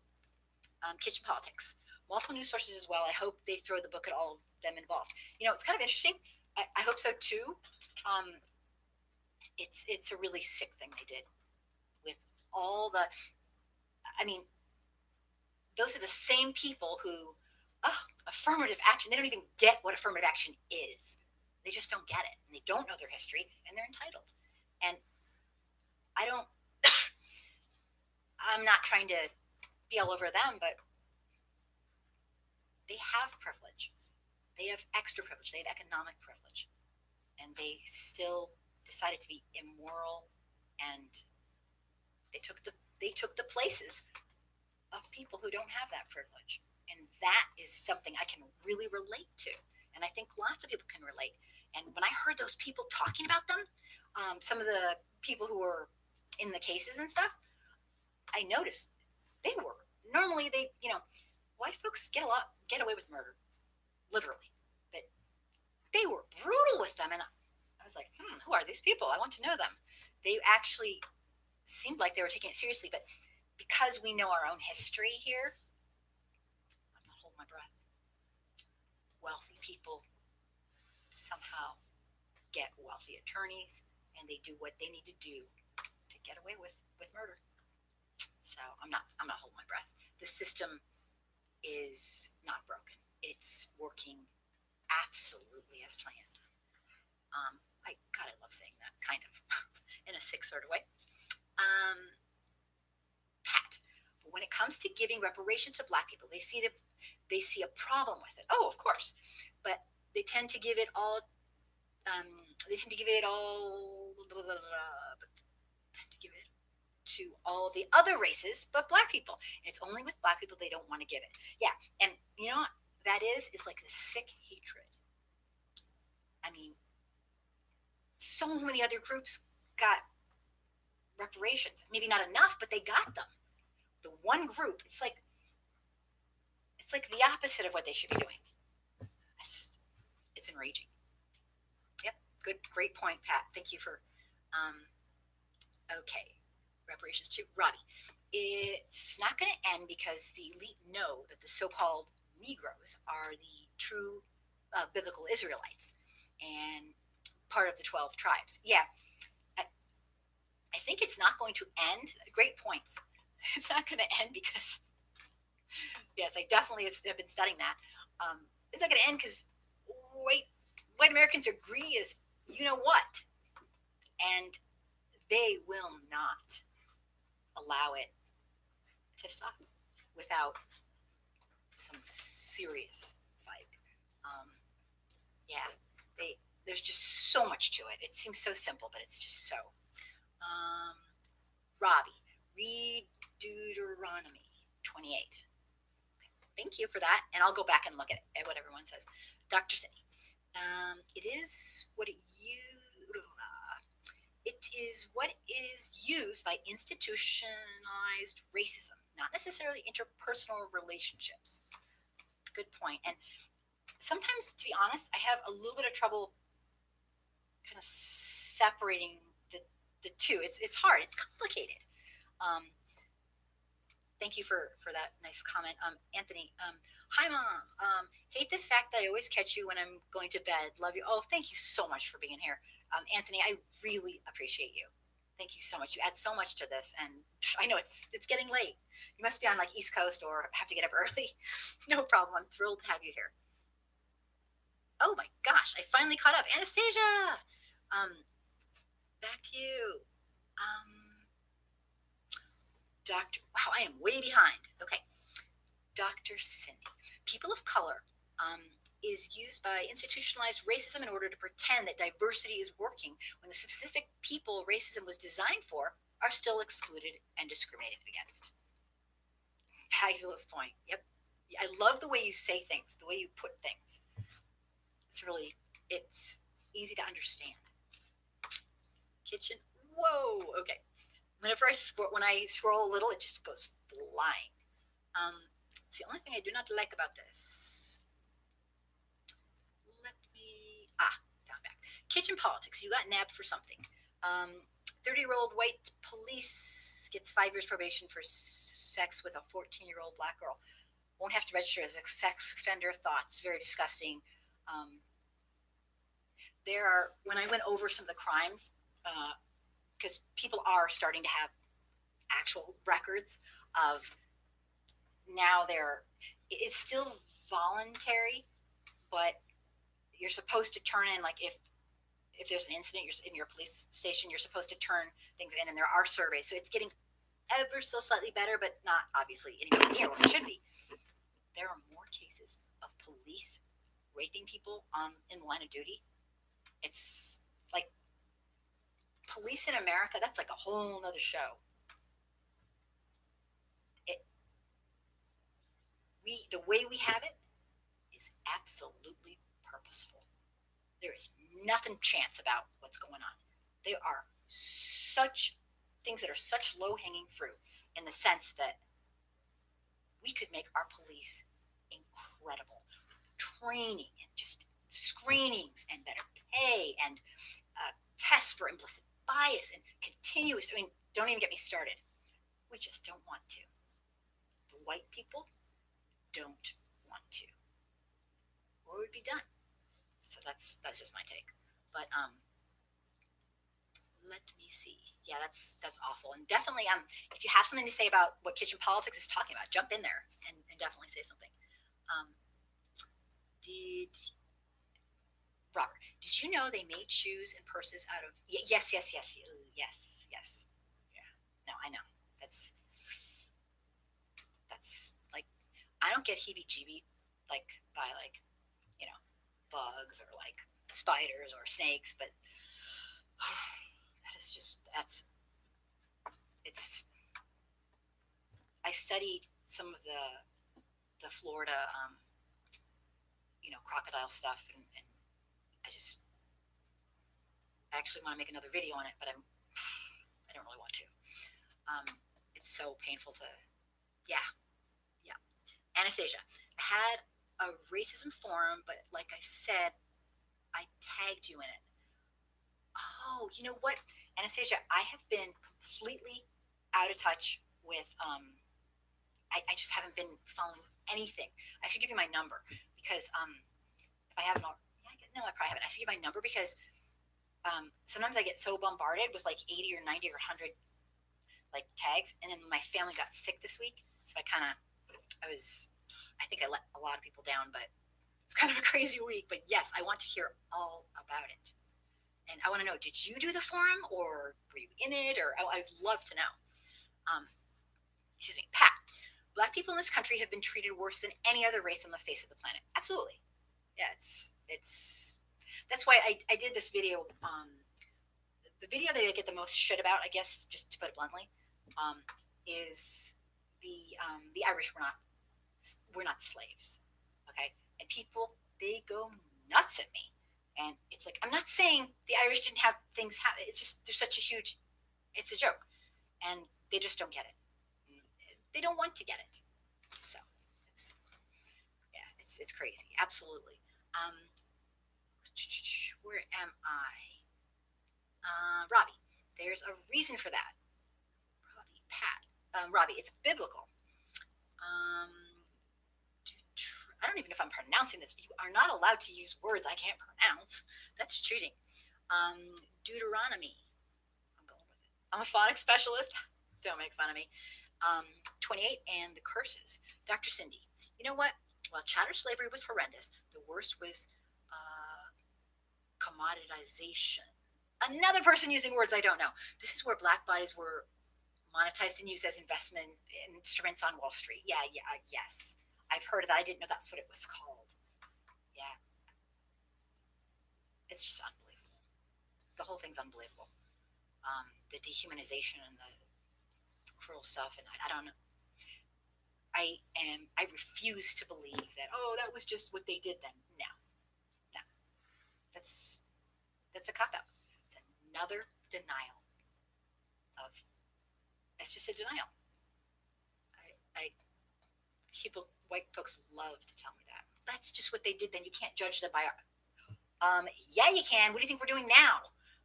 It's like you can judge them by our standards. People haven't evolved that much. We were just animals then, but now we're not. Not buying it. Sorry. Um, you know what? Let me see here. And which this is Dr. Cindy, and which caused the breeding of child girls and women, studied of boys and men, and the destruction of the families through forcible sex. Yeah, and all that stuff. That is in my next video to white folks. I do my videos are for white people, and anyone can watch them, obviously, but they're if you know your own history, obviously, like you don't need to watch it. Getting them to white people is nice, but they're dumbed down, and I don't mean that rudely. It's just most white folks have absolutely not the first clue about our real racial history. I mean, it's unbelievable. I've had people come up to me and go, kidnapped? Huh? What? What do you mean? What do you mean, like their children taken from them? And I'm like, seriously? I've had white folks tell me not to say the word black. Don't say that. Don't say it. They start screaming. And I'm like, why? So I won't get into what I say, but don't ever underestimate what white people know and what they don't. And I'm going to include that in the video in the top 10 because they need to learn this. The yeah. I know what you're talking about, Dr. Cindy, is at least, I might not know the names, but stud farms and the breaking farms and the learn social justice. We too march and protest for socialism first. All other protests can come later. So learn social justice. Explain what you mean? We too march and protest for socialism first. All other protests can come later. Yeah, explain what you mean. I'm not quite getting it. I apologize. Let me see. Oh, wow. Okay. Lily, welcome to the live show. Hello, I am very happy you're here.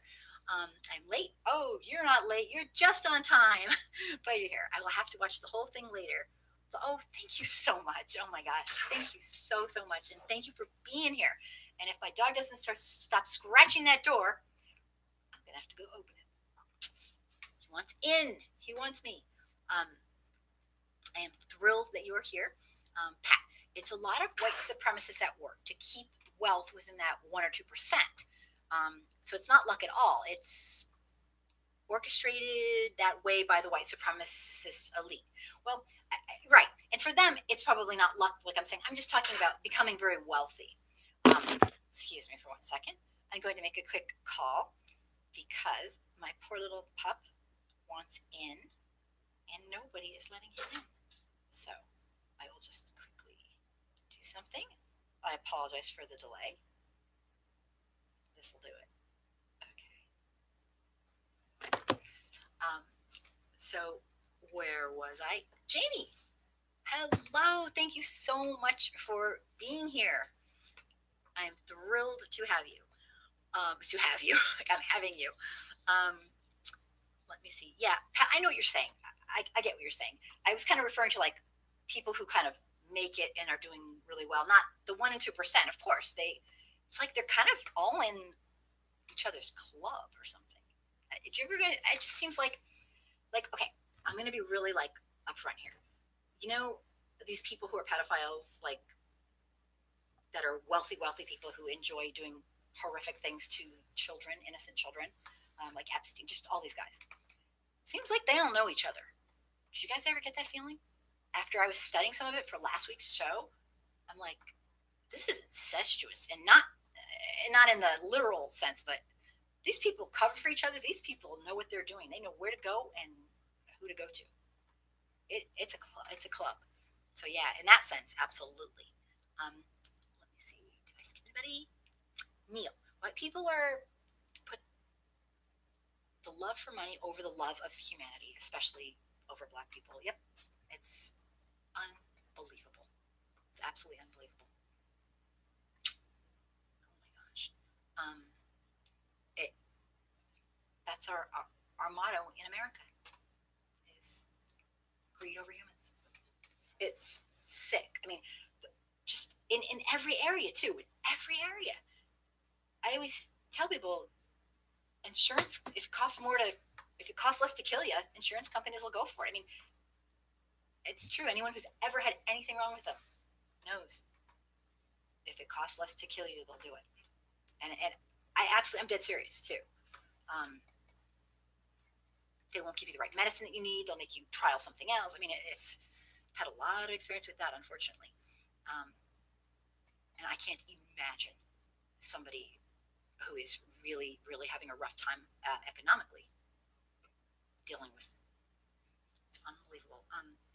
Lily, have been grading papers. I'm a teacher, and that's why I'm late. Well, that's a good excuse, but you're not late. You can come in anytime. Dr. Cindy, white people only dwell. Oh, white people. I'm going to just assume white people. Okay, sorry. It's good of me. White people only dwell on field work and ownership. Like, oh, you corrected it. Yeah. I hate this. I got you, Dr. Cindy. You're fine. I'm just thrilled you're here. Um, let me see here. Dr. Cindy Show. For the masses of white people, just like black people, real wealth is a fallacy. Although white people have a modicum of wealth and black people have virtually none as a result of racism. Absolutely. It's when you compare, Dr. Cindy, that's an awesome point. When you compare the wealth discrepancies, it's absolutely out of control. It's unbelievable. It's truly unbelievable. And that's a great point. And we did this. White people did this. We made it so black people would have to struggle to accumulate wealth. And whenever black people did accumulate wealth as a group or as, anything significant, we tried to destroy it. It's like your worst, white folks are your worst nightmare. I mean, we are. And I don't feel guilty about that one bit. I'm pissed. It makes me sick. It's disgusting. Great. See, you get me all like revved up. Robert, everyone has a biblical name, and if they knew their biblical names, they would realize they match the characteristics to a T. And everything that's going on now has been written in the Bible prophecy. Yeah, I know. You know what? I'm not religious. I don't follow a faith, as I think I mentioned earlier, so I don't know a lot about that. But I would love to hear more about what you're saying. Very interesting. I know that history goes. Oh my gosh, history does seem to be a push and a pull, and if we keep this up, we're going to get to see in our own lifetime a repeat. It's unbelievable. Kitchen politics. If Trump supporters what did you just say? If Trump supporters who are cousins get divorced, are they still cousins? Ha ha ha. Very funny, very funny. You are so funny. Dr. Cindy, with regard to slavery, the statement above. Okay. What you were saying about. Okay. Yep. Gotcha. Thank you, Dr. Cindy. Okay. So I'm loving how many people are talking in. If you are listening and you're not feeling comfortable jumping in, please jump in and say what you think. I spent 3 years, confessions. I was on Facebook for 3 years before I wrote one little like. And then I actually wrote a comment. And guess what? I guess it was controversial because somebody said something mean and I deleted it right away. And I was like, oh my gosh, okay.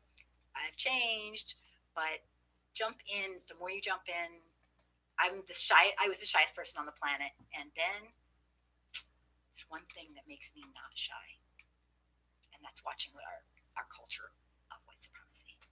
That I don't know what it is, but I'm not shy about it. Okay, enough about me. I got some serious. Okay, so as we were talking about, oh wait, Dr. Cindy, the entire ideology demands a false sense of a leveled playing field. Exactly. Since in order to feel superior, there can't be a thumb on the scale, so to speak. At the same time, hang on a second. I'll wait for you.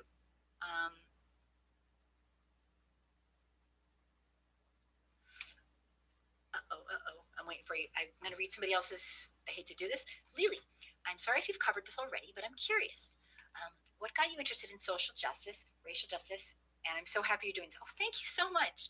Or let me drop down to Cindy. So, Dr. Cindy, at the same time, they must believe the scale is tilted in the favor of blacks. Exactly. And part of the thing is because it's right. I mean, Dr. Cindy, you nailed it. Part of the thing is because it's a historical kind of delusional, they can make up whatever they want. And they don't want to learn it because that'll ruin their little kind of game, I guess, or I don't know, that'll ruin their reality, for lack of a better way to put it, the reality. Great points. You have to come on this show and be a host, be a guest host. You would be amazing. I'll just sit in the side and just kind of like read things, and you can. You're awesome, Dr. Cindy, and everybody. Thank you so much for your support being here. I'm going to run back here to. Thanks for the joke, kitchen politics. Very funny. Um, ah, what got you know what? I'll really briefly, and I can talk to you in private about it. And God knows I'd love to talk about myself. Lily, what got me interested in social justice was when I was 6 years old. I saw a man who I was like a little kid. I was around six. I saw I saw a man, and it was a black man, but I didn't know what that was at the time. But looking back in my memories, he was a man. He was black or brown or and he needed us. And it's all feeling. I was six. I didn't know what was going on. My parents didn't teach me all that stuff.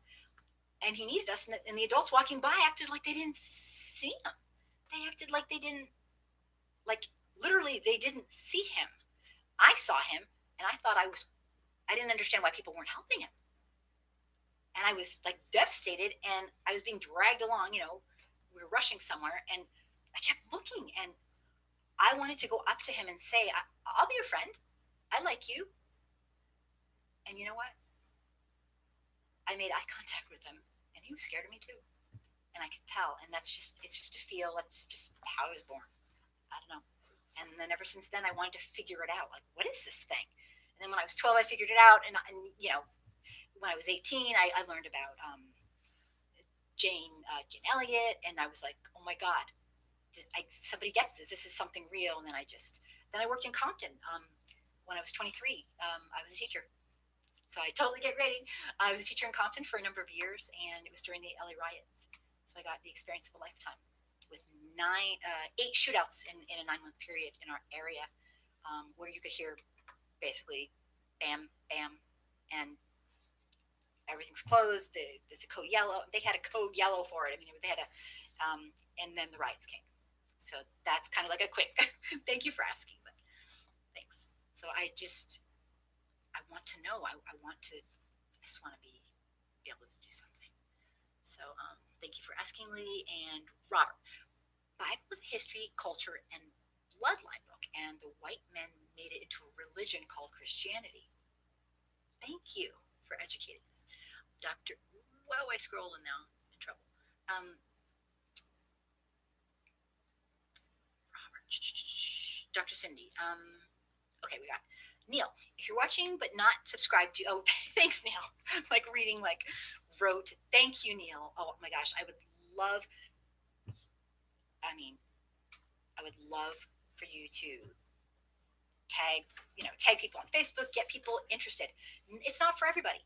If you're not white and you deal with this crap all day, I could totally see where the last thing you want to do is have listen to some white woman yakking about, absolutely. But for some people, they really glean something from it. And again, a lot of times it's good for, I want the white folks that I try to dole this out to, I want them to hear from real people. Hearing from me, whatever. I'm just a stupid white person, I want them to hear from real people who live this every day. I want them to feel the pain, and I don't mean it rudely. I just want them to get what they're doing nothing does to people. That's all. I don't know. That's it. Amarachi, welcome, and thank you for saying interesting. Okay, good. Jump right in. If you have anything to say, don't be shy.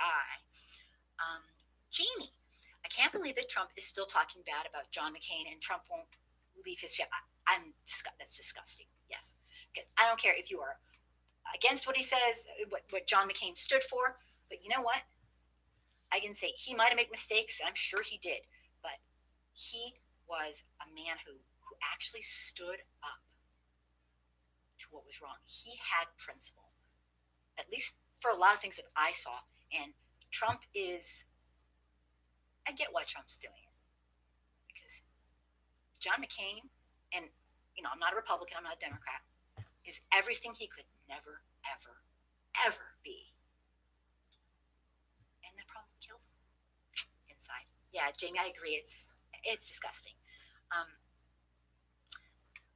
Marachi, I hope I'm saying your name right, and you can write me. You can tell me if I'm not, and PM me. Being used by most high God and don't even know it. Explain. Tell me more. Tell me more. Tell me more. Because that's interesting. I'm not 100. I don't want to misrepresent you, so I'm not 100% what you're saying. Um, whoa. Lily, I will get. Let me just scroll. Children are so innocent, humble, and truthful. You were 6 years old, but you knew deep down in your God-given goodness that was not right to ignore your fellow human beings. Thank you so much for asking. It was. I know this sounds crazy, but it was confusing. And when I see things like that as a little kid, it's very isolating, and that's probably one of the reasons there's nothing I'd rather do than talk about racism, bigotry, and inequality and help educate the white people, because it made me realize I wasn't alone, that I was really seeing something. And I know it sounds stupid, but I'm just being real. Thank you. Thank you so much, Leila. You are a sweetheart. Oh, Robert. Armachi is saying nothing happens by chance. Okay, thanks, Robert. I appreciate it. Okay, yeah, that's something that was a hard lesson for me personally to learn when I was very, very little and just trying to figure this out. Okay, don't throw things at me, but I was like, I don't. But by the Most High, Robert. Okay, I thought. I'll just say it. I thought maybe the white people just didn't get that they were hurting people's feelings. Okay, I was a very sheltered kid. I was like, maybe we could just tell them. Maybe they just don't realize it. And it was kind of hard to realize, I've come a long ways. Let's just put it that way. They know exactly what they're doing. And so, yeah, that. But anyway, about the nationalism versus, the whole nationalism thing versus globalism. Nationalism, it's people are going to go, duh, builds it builds walls instead of bridges. And I know that's really cliche. Nationalism utilizes state-sponsored propaganda. It drives itself with fear and insecurity. It vilifies and dehumanizes our fellow humans, all out of ignorance and false dogma. But here's the problem. I was watching this amazing show on globalism and everything. The World Value Survey that this guy referenced in the show said it looked over 60 nations, thousands of people, and 88.5% said they are very proud or quite proud of their country. So, see, here's the thing. Being a globalist, it doesn't mean you're betraying your country. It just means you have enough social empathy that you actually can project some of it outside of your national borders. I guess that's a good way to put it. But the fact is that much of the stuff that we love. So I guess the thing is, loving our country is here to stay if that's what nationalism is, because most people do, 88 point whatever. But if we really look into it, we'll notice, and this is the guy's point. If we really look into it, we'll notice that a lot of the things we love about our nation and our country, our countries, is actually from other nations. And I want to just go over some quick examples, like our alphabet. The alphabet, English alphabet, more from Egyptian hieroglyphics, supposedly. And I mean, if you think about that, I mean, Americans didn't invent that, unless it just got invented. Okay. The United Kingdom's monarchy, Queen Elizabeth II, has German ancestry. In fact, if you look on the monarchy's royal coat of arms, it's written in French. So the French Eiffel Tower was inspired by an architectural structure in the United States. Chinese official ideology of Marxism was invented in Germany. Chinese Buddhists from India imported. So a lot of times we'll say we love our national traditions, but they're really from another wave of globalization. And we got to make this stuff, we got to bring it in so that it's not so extreme. Um, Talmar, welcome to the show. Yay. Thanks for being here. I'm just kind of going to back it up because, of course, I'm blabbing. Um, let me see. Neil, Lily, it is little children who can teach adults more about love than adults can about getting rid of racism. I think you nailed it. Me too. Thanks, Neil, for pointing that out. You know, I always wondered if I was a psychologist. Love to see the point where I see little children. They just want to play. They don't care what tannist you are. They don't care what your code of melanization is. They just want to play. At what point the teaching of evil, cruel racism comes in and starts changing? I see little kids running and playing. They don't care. They're like, we just want to play. At what point does it happen? I know that's just a weird. I just don't get it. I'm a weirdo, but hey, it's me, Pat. Most whites were not taught about Black history. They hide it from their children. Absolutely. I never heard my parents or my grandparents, not a single one, utter a racial slur in my entire life. But on the other hand, they didn't teach me anything about it. Now, so it's kind of, I know that's just me personally, but yeah, that's why I'm all about education. So, Pat, Robert H. White supremacists beat their so-called religion into the slaves as a method of manipulation and control. Absolutely.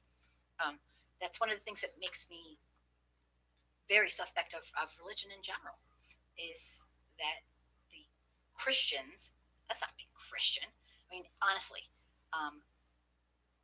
beating the living crap and cruelty and rape, and just don't even get me started.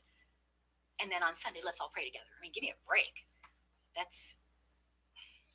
could go on and on. And I do. But jump on in. Anybody who wants to say anything. So right now, we're in a wave of lots of nationalism. And obviously, it's on the upswing. And I cannot help but feel like education is so key. And it's not going to come from top down. Like, I need to tell you that. Let me see, Robert. Oh, okay, that was it. I just want to make sure it was in. It's not going to come from top down, so it needs to be grassroots up. And that's why I'm absolutely obsessed with trying to educate white people.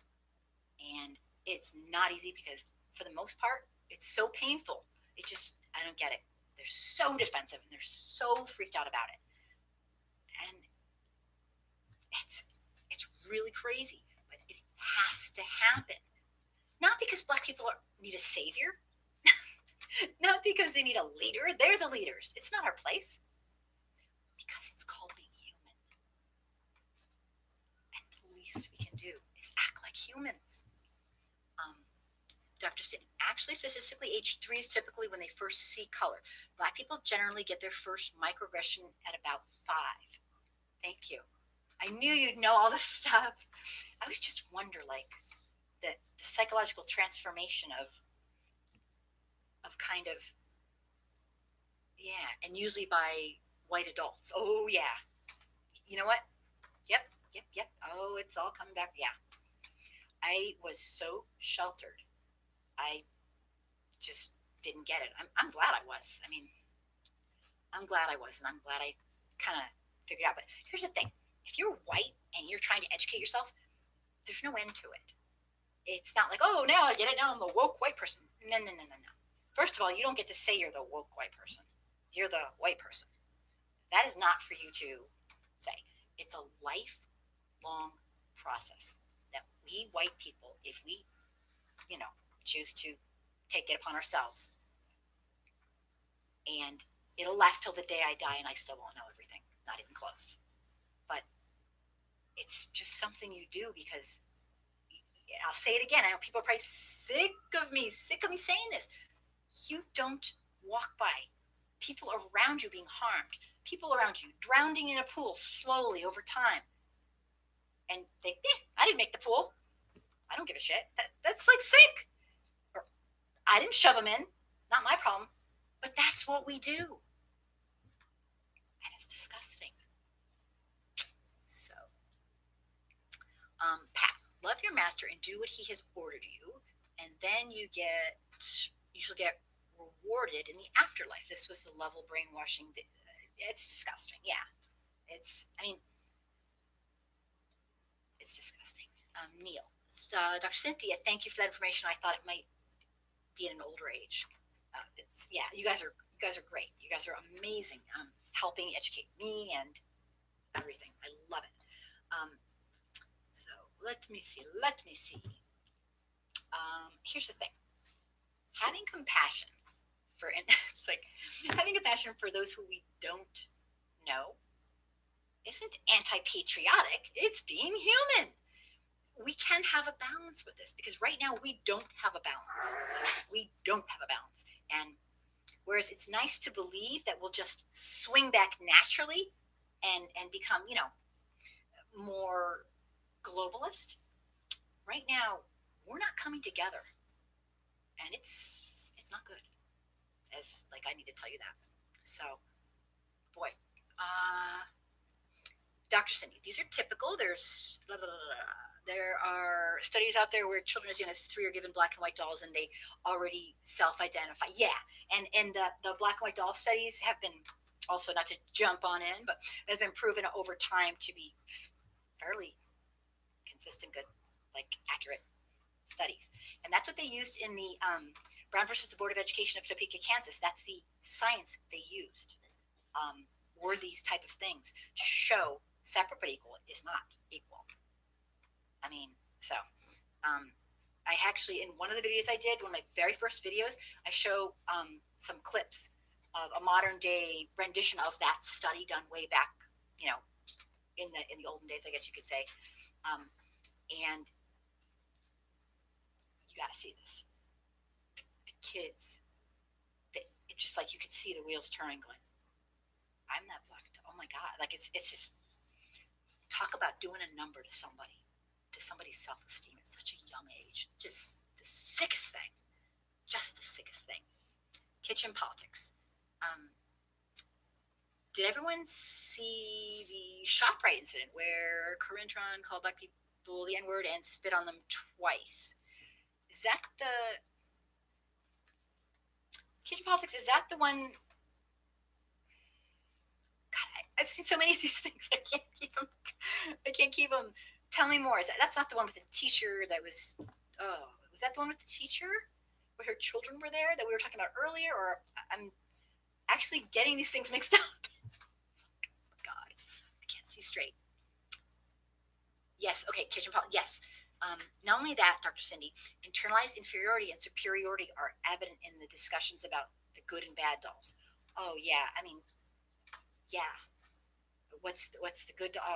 I've seen a bunch of different, like, this is such a, I guess, Dr. Cindy, maybe you could help me, like an ingrained thing that you can replicate this thing, and they've replicated it over and over and over. I mean, high school kids have replicated it, and it's unbelievable.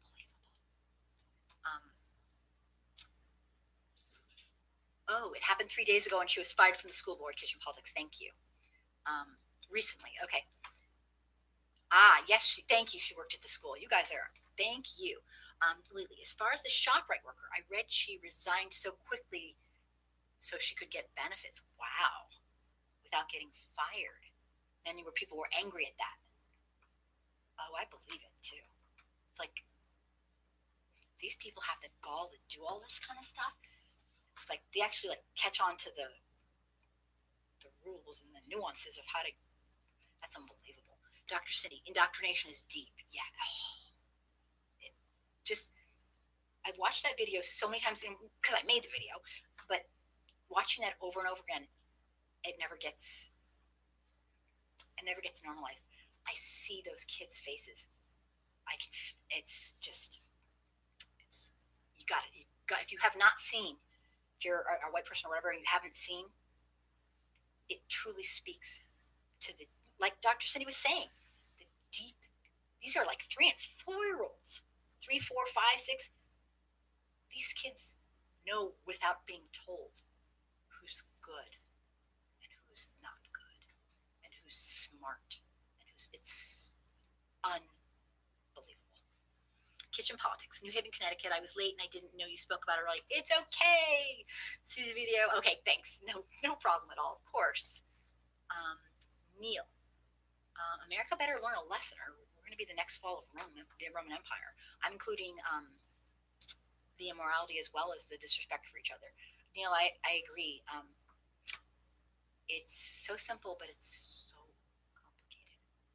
And the white folks who choose to remain ignorant and hateful, they're going to be against their own best interest times 1,000. And they have no idea they're destroying themselves and everyone else. It's unbelievable. Thanks, Neil. That's absolutely spot on. Kitchen politics. Will she be arrested for attempted assault by spitting? She's disgusting, trash, who needs her kids taken away and arrested. Yeah, I didn't follow it that closely, but I just don't get these white folks who keep doing this. Why do they keep doing it? I mean, do they not have, is it that hard to control themselves? I don't think we can change people's hearts and minds. But for God's sakes, shut up in public about it. Don't do it in public. People who do it in public, that's out of control.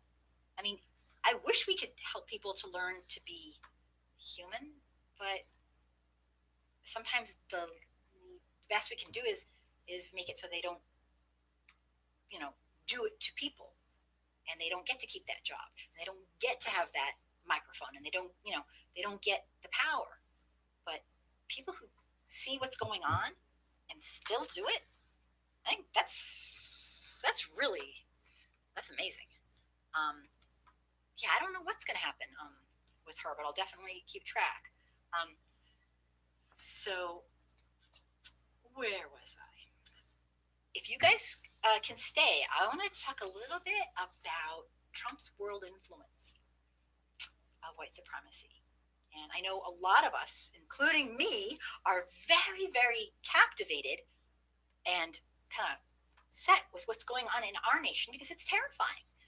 But he's having an impact on the world. And the way I look at it is this.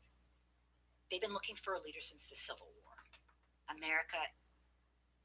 White Americans are professionals at systemic racism. And now we have a president who is seen as a leader. So we have a president today who's seen it as, when we talk about the world influence, whose nations don't look at us as a role model for the free world, but they definitely look at us as a role model. And guess what they look at us as? Motivation for hate, separatism, authoritarian movement around the world, and pure, racism and white supremacy. And Trump's seen as a leader to these white nationalists, and our nation is like famous for it now. And I truly believe he is viewed as the de facto leader of the modern, white supremacist movement, the most cruel and inhumane group of white terrorists since Hitler's Nazi Germany. He can deny it all he wants. He can say, "Oh, I'm not that," and, all of his little gaslighting. It's ridiculous. But in this business, it seems that talk is cheap. Money and action speak volumes. And I know everybody is aware of the mass shooting, where this shooter, this white nationalist, white supremacist, stormed 2 mosques in New Zealand, killing 50 plus people, and it was a white terrorist attack. And you know what struck me as so bizarre about it? Well, that he's murdering other people, yes, but what struck me as really bizarre was how it was just so telling. Throughout this massacre, this man is spotlighting who inspired him. He live streamed it. I mean, that's fucked up. He live streamed harming human beings, killing them. And he went on a murdering spree. It was all set up. And like before he started doing it, he yelled, "Subscribe to PewDiePie." I mean, I don't know what you guys think, but I'm sure PewDiePie was thrilled with that. I don't follow PewDiePie, and I know he is a very controversial figure. But dang, prior to the attack, I don't know if a lot of you read or got to hear about the manifesto online. It detailed this horrific hatred for Muslims, and it talked about who inspired him, and the list of influencers included British fascist Oswald Mosley, the Norwegian murderer Anders Breivik. I don't know if I'm saying it right. I can't remember how to pronounce his name very well, but he cited President Donald Trump as a person who has renewed symbol of white identity, was the quote. So, I mean, this is. And supposedly, this guy, while he's in court being charged with murder, is accused of he's a native Australian. He's flashing some sort of white supremacist sign. I mean, and then they found out. I heard today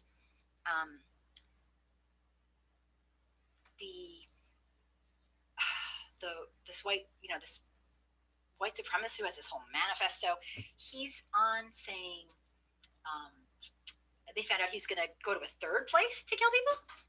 I mean, question. Oh, Lily, what website is it? Oh, it's I got all my research from everywhere, but if everyone wants to throw on a website, absolutely do so, and I can give you them later. My stuff's from everywhere. Dr. Cindy, I read where she is supposed to be arrested for the spitting. That's supposed to be aggravated assault in that state. Yeah, it's so state to state. Thanks, Dr. Cindy. Yeah, definitely. But yeah, so I can tell you later where I'm getting my stuff, because it's everywhere. Because I'm one of those nerds. I triple check almost everything, so it's everywhere. But according to Robert Reich, Trump, and he's I don't know if he's still a professor at Berkeley, but he's been in high up in politics continuously. Pat, well, it only spiked when he got in office. Oh, absolutely. Let me see. Oh, people are talking here. Can you message me on Face? Oh, yes, absolutely. I will, Lily. Absolutely. Thanks. Yikes. Fox News contributor last night says on the air, America doesn't get enough credit for ending slavery. I saw that. Oh my God. That lady was, yeah, they lost the Civil War. Had they won it, they would have continued it. When I saw her talking Kitchen Politics, I was just like, yeah, I couldn't believe, like, the gall, the nerve, how dare she talk like that? Credit? You want credit for allowing human beings to have a human being status? It's like, no, you don't get credit for that. I just don't even get me started. Kitchen Politics, you always get me riled up like this. Let me see. Is this what you were referring to, Kim? Let me see if it'll show it. I cannot tell right now, but it's the Robert Reich. He's amazing. He was high up in government as an advisor. Dr. Cindy, they were forced to during the post-racial period. Now that they think they can, they're losing their minds. Yeah, you saw that video. Cool. Yeah, he just gets it. I love his stuff. And I wish I had a lot of professors from Berkeley who came to my school, because I was right up in that area when I was a little kid in college. And I could have had him as a professor. I would have died 1,000 deaths of happiness. Okay. So Robert Reich believes that Trump providing cover to authoritarian leaders around the world who are actively attacking the media, and that he is kind of helping people come together and have a base from which to work and feel supported about suppressing the media, and he's very concerned. That was one of his number one concerns. He wants to control the world, and he sees these alliances as his way to get there. Absolutely, absolutely. He There's a reason he can't help himself saying he looks up to Kim Jong Un and the Russian dictator. He can't help it because he does, and he can't stay quiet about it. He looks at partnership as long as it brings him more wealth. Yeah, no, this is all about him. Absolutely. Dr. Cindy, please come on here. Come on this show, please, because you are wonderful. So here's what's been going on, and a lot of people, there's like a deluge of stuff coming on to all of us, like just being bombarded with the media. We're missing things. I mean, it's so hard to keep up. But Robert Reich, he has a team, and he is absolutely with it. And he outlined some things that are going on that who would have thought? But I mean, it's not pretty. Robert Reich believes that Trump's provided this kind of cover for authoritarian leaders around the world to actively attack the media and discredit it and suppress the truth. And that's classic dictator behavior. I mean, that's what they do. I mean, if you've ever read the book of Steps of How to Become a Dictator, that's Trump congratulated the Hungarian president Orban about his electoral victory, despite the fact that the dude undermined democracy in his nation and he stifles freedom of the press. So that's Hungary for you. On Twitter, Trump vowed to join the Polish leader Duda, Andrzej Duda, to stop fake news. So these people are picking up his terminology, and they're being emboldened. Not just white supremacists who are everyday white supremacists. These people are looking to our leader, not for equality, not for fairness, but for how to be a better dictator and how to embolden themselves, how to get the people to lose faith in the media. And I mean, this is not good. Trump welcomed the Egyptian president, who's locked up thousands of people for political reasons, and has destroyed a lot of human rights in Egypt. Trump reached out to the Filipino Rodrigo Duterte. Okay, I always say this wrong. Duterte. Am I saying it right? Don't hate me. He uses Hitler's ideology of mass extermination and believes these are like ideologies that he espouses to and believes that basically what Hitler did to the Jewish people and to black people and to people who are LGBTQ people as a model for how he wants to handle drug dealers. So, I mean, he's made excuse after excuse for Putin, who murders and the Russian journalists.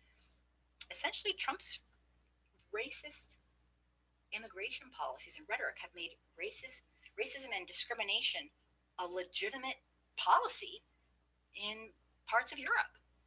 So, I mean, this whole fear and nationalism stuff and empowering people, it's not just inside our country. It's spreading all over. Now I will shut up and I will read. Kitchen politics. Germany wants U.S. ambassador to Germany recalled. Ambassador John Grinnell, Trump appointee. Stokes far-right neo-Nazis in Germany. You know it's bad when Germany wants America gone because of Nazism. Yeah, can you post that? I'm very interested in reading that. This has gone too far. What do you guys think? Dr. Cindy. What I meant above was that these mass racists were forced to behave and go underground. But now they think they can.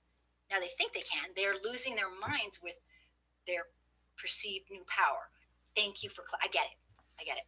So they're becoming emboldened, and they can't believe this is like their day in the sun, kind of. Is that kind of like this is their time. It's their time to get to be, acting out all these. Yeah, he's emboldening people, and he knows exactly what he's doing. This isn't an accident.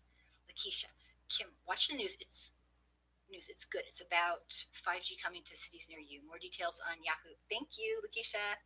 I absolutely will. I'm gonna get back. I just been kind of trying to a good thing. Yes, yes. I definitely. I'm just thrilled you guys are here. Absolutely thrilled. Um, so another thing that there's just a number of things like the Brazilian president kissed Trump's ass. I mean, I don't know if you guys saw this, but he spoke of fake news and making Brazil great again, and he is just in love with Trump. Excuse me. Um, Dr. Cindy, what she said on Fox had that superior flavor. Did Dr. Cindy? When I saw that, it was like a mix of the most entitled, white supremacist, sanctimonious. Like I didn't have a word for it. She I don't condone violence, but I do understand how Little Miss Hand turns into Little Miss Slap because that was I've never seen somebody with such gall. It was just I don't know. Maybe I'm just jealous. I don't have that kind of confidence. But no, I'm kidding. I, I'm not confident in real facts. This lady is just making up shit and just yeah. It was ugly. It was I could actually to be honest like I couldn't stand watching it. I couldn't watch the whole thing. I was like, it's disgusting. Um, do you guys remember the? Well, of course you remember. Italian. Oh yeah, the Italian Prime Minister Salvini campaigned on mass deportation and is quoted as saying that people shouldn't worry about other extremists other than Muslim ones. I mean, we got some serious dehumanization and scapegoating going on, and lack of reality. I'm talking like I need to tell you guys. Remember Christopher Hassan? I guess that's how you say it, the U.S. Coast Guard lieutenant guy who was accused of basically plotting to kill. This is nice. Plotting to kill the politicians and journalists in a quest for to get a white homeland. Apparently, he didn't just have guns and ammunition and all that stuff, but apparently he found inspiration in the 1,500-page manifesto written by Anders Breivik, the Norwegian extremist. Killed 77 people, mostly like kids. So lost souls are looking for leadership, and they are finding it in Trump and his followers and the clan he has working for him. And it's terrifying. Anton, yay! Nice to have you here. Oh my goodness. Let me just back it up. Great to have you here. And I knew you'd come with your famous mantra. Lakeisha, racists are narcissistic human beings, covert and overt, and even fake liberals who aren't liberal. They just is racist and covert, and they're covert narcissists. Yes, I've had Lakeisha. I cannot agree more. And it's disgusting. I've had horrific experiences with fake liberals. Absolutely horrific. Like life changing. People who know me really, really well, they know my story. Fake liberals have a special place, and it's not in my heart. Let's put it that way. Anton, hello. And yes, I can't read that, and you always get nabbed on it, but I'm glad you put it. Everyone else, please read what Anton has written. And kitchen politics. Zinger. Trump is so dumb that he's fighting a dead guy, and the dead guy is winning. That's actually very good. Very good. I'm blown away by what he's doing to McCain. That's what a classless piece of shit. I mean, I'm sorry, Pat. People are getting tired of all the racist crap that's going on. Look how the white guy shot the black guy in the back for no reason, just because he was parked in a handicap zone. Now the black guy can't ever walk again. You know what, Pat? You just brought up a point that is extremely important. If you think about this, I saw a special, and this was a while ago, and I don't remember what it was. I saw a special, oh my God. It was on, this might sound crazy, on all the people who got shot who didn't die and what they're dealing with now. There are thousands, thousands. Racism doesn't just kill you. I mean, if it doesn't kill you, it maims you for life. Racism, these police who are just out of control. Um, Eric, welcome. Thank you. Thank you. I'm so happy you're here. Awesome. We'll jump right in. We are talking about white nationalists, white supremacy, Trump's impact on the entire world, and just this kind of connection. These supposed lone wolves aren't lone wolves. They're relating to each other. They're all empowering and emboldening each other. So these lost souls, they want a leader, they're looking for a leader, and they found one.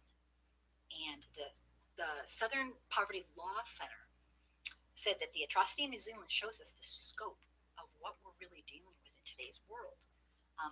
They truly believe that, and this is a quote from the Southern Poverty Law Center, they said it's an international terrorist movement linked by a dangerous white supremacist ideology that's metastasizing in internet chat rooms and on social media. Have any of you guys been seeing the articles that are coming out on how the internet is radicalizing white supremacists? I mean, it's not rocket science, obviously, like left and right. Let me go get some questions here and comments. Neil, Trump could be left off some. Oh, right. It's very good. I read about that. But I didn't read in depth. Neil says Trump could be left off some states' ballots in 2020 if these bills become law. I hope they become law. Trump works around the spirit of laws. He works around them because that's what he does. He's a very sick man, like I need to tell you. And I hate to say it, but I once had somebody tell me, this is sick advice, but it was true for what they were talking about. They said, you know what? Because I always like to play fair.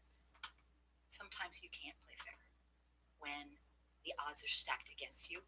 And I don't know if I truly believe that or not, but people who are making those kind of laws in the States, I hope it spreads everywhere. Keep him off the ballot. If he doesn't play fair, and it's not really that unfair. If it's legal, it's legal. But, I mean, he doesn't play fair. He circumvents the spirit of what it means to be an American at every turn. He's a real sicko, and I could just rant for 10 years on him. But I won't. Don't worry. Okay, maybe I will. Let me see here. Trump, Neil. Now several state houses are looking at making their release, the release of his, I think you're referring to his taxes, as a condition of his 2020 presidential election. Show us your tax returns or you can't be on the ballot. Love it. I love it. Lakeisha, police aren't police. They're KKK members undercover. Absolutely. Yeah, yeah. Eric, I saw you on Dixon White. Oh, cool. Yeah, Dixon is a friend of mine, and he has been incredibly inspirational. And actually, I did an interview. I guess it's been a while. I did an interview where he's amazing. I did an interview on him, and he's my buddy. I adore him. And everybody, okay, don't hate me. He's gonna kill me. Write to him and say, "Why don't you come on?" Okay, like tell him to come on. Tell him, come on, angry. He's gonna kill me. Come on, angry soccer moms. If you know Dixon, or if you follow his stuff, come on, Angry Soccer Moms live show. We need you. Tell him that. And I already told him I was gonna do it. So, oh well. But he's a really great man. He has overcome so much in his life. He was raised racist, like full blown, like not just implicit bias, but like full blown. So he's an amazing person that I adore. 18 states are looking into this. Awesome. I love it. He's not playing fair. They're all under direct orders from the elite anti. Good point. Yep. They are not going to. They're not. Eric, we got to be more clever than him. Yep.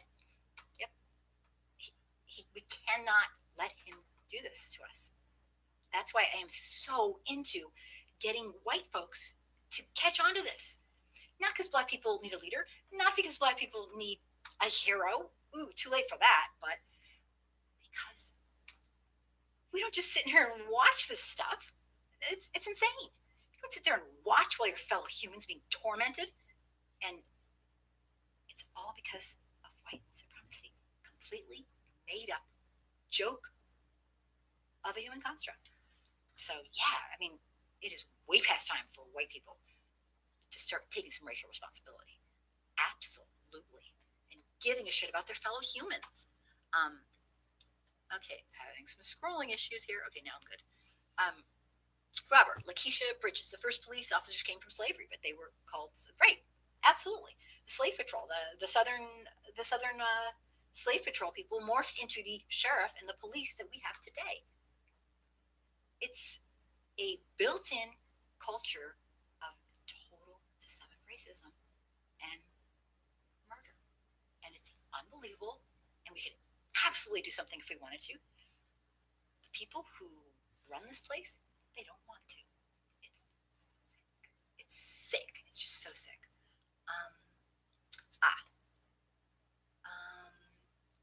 Yep, Robert, great.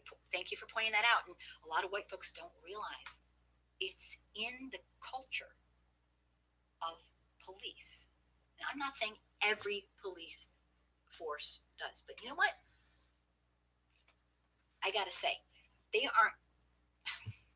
I don't want to get on a rant here, but if they aren't doing implicit bias testing, if they aren't having continuous training on cultural competency, if they aren't implementing best practices from the models that have changed and completely switched over from police killing people to police helping people, all people, not just the white people, then they're not doing enough. We should be paying to get real educated people who get this. There's no excuse. My God, I was a teacher. I was taught more when I read the stats on in general what people are trained in to be police officers. I was taught de-escalation more than most of them. I was like, you gotta be kidding me. I had 9 and 10-year-olds, and it's unbelievable. It's all purposeful. We could have an amazing community policing. Anyway, I'm blabbing as usual. Lakeisha, they made laws to keep Black people down. White people have always looked down on us by riding our coattails for absolutely, because it's this thing, and I don't get it. And I'm not saying I know the answers, but it's this white supremacy. We are so. I think it's like an insecurity. We're so insecure. I mean, I'm constantly saying this sounds so nasty, but if the best thing you ever did was be born white, you got some serious issues. I just don't get it. But yeah, Lakeisha, I don't. Dr. Cindy, enabling racists should be a crime. Absolutely. And these people, honestly, like I was saying earlier, I don't know if you were here, but I don't mean to be funny, but the fastest cure for white fragility and for white fear of Black people is when they call the police, charging them. And all of a sudden, their fear will just disappear. You will not believe, they'll be cured. Because it seems like most white people, they just choose greed over humans, but their greed is strong. So I'm just saying, it should be a law. You call the police on somebody, a Black person, for existing, then you should pay the price. And let me tell you, white people don't need therapy, they just need that rule. That'll cure them. All of a sudden, their fear will dissipate. It's unbelievable. Sorry, I'm not trying to be funny, but let me see. Again, enabling racists should be a crime, and also putting people in danger for existing while Black should be a very, very discouraged. That's just my opinion. Apathy is worse than hate. Yeah, at this point, yeah, I mean, it makes sense. Yeah, it makes sense. Really, to Eric, that is true. Apathy is worse. Like the opposite of love is ignoring. Same idea. Yeah, totally. I know what you're saying. Yeah, if you just don't care.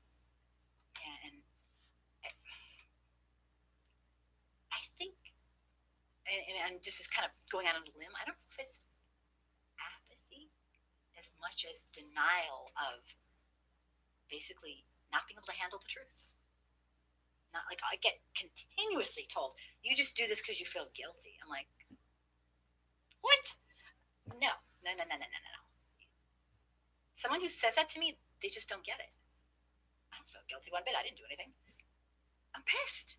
This isn't right. This is not how life's supposed to be. It's just not. It's not how life's supposed to be. And I don't know a lot of things, but I know that from the heart. It's like you guys are gonna think I'm nuts. I probably am, but life wasn't supposed to be like this. Something just went terribly wrong. It just feels so wrong to me personally. But let me see. Let me see. Let me back it up. Back it up. Back it up. Back it up. Neil, Lakeisha, it should be a hate crime to enable racists, and I'm including police. Absolutely. Lily, amen, Neil. Definitely. Eric, Lily, yep, for the community where we live, it's very important. We need to collaborate with white people who are willing to help us. Yeah, I think, Eric, I know I get mostly incredibly um, positive feedback from people who follow me who are black people and other people who are not white but aren't really uh, don't consider themselves black per se or brown or indigenous or whatever they believe that what they are. um, I get tons of support, but the thing that gets me, and it's a fact of being a white person, I'll never be trusted. And I'm not saying by individuals.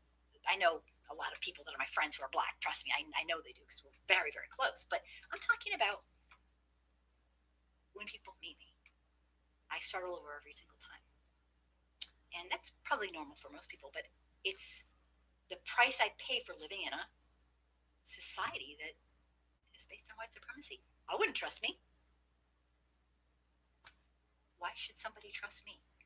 How many white people have to screw you over and your ancestors and your history until you decide, they're going to have to prove themselves? So a lot of people, not a lot, but there's a percentage, and I don't blame them one bit, who just look at me like, yeah, right, lady. And it's sad. I lose people that way, but I get it. And another part of that is, why should people listen to me? It makes me sick. They listen to me sometimes over the people living it themselves. That's disgusting. It's like they need me, some white person, to say it, and then, oh, well, she's saying it. She's what it's. No, you listen to the people who live it saying it. That's why I love doing interviews of non-white people who have a story to tell.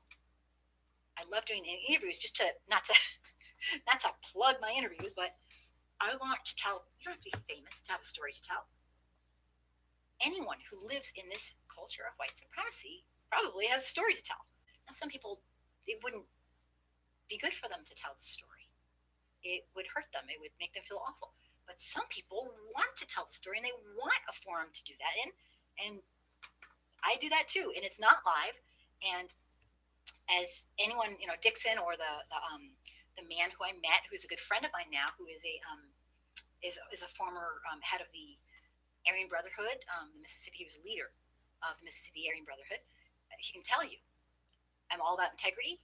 You bail anytime you want. There's no questions asked.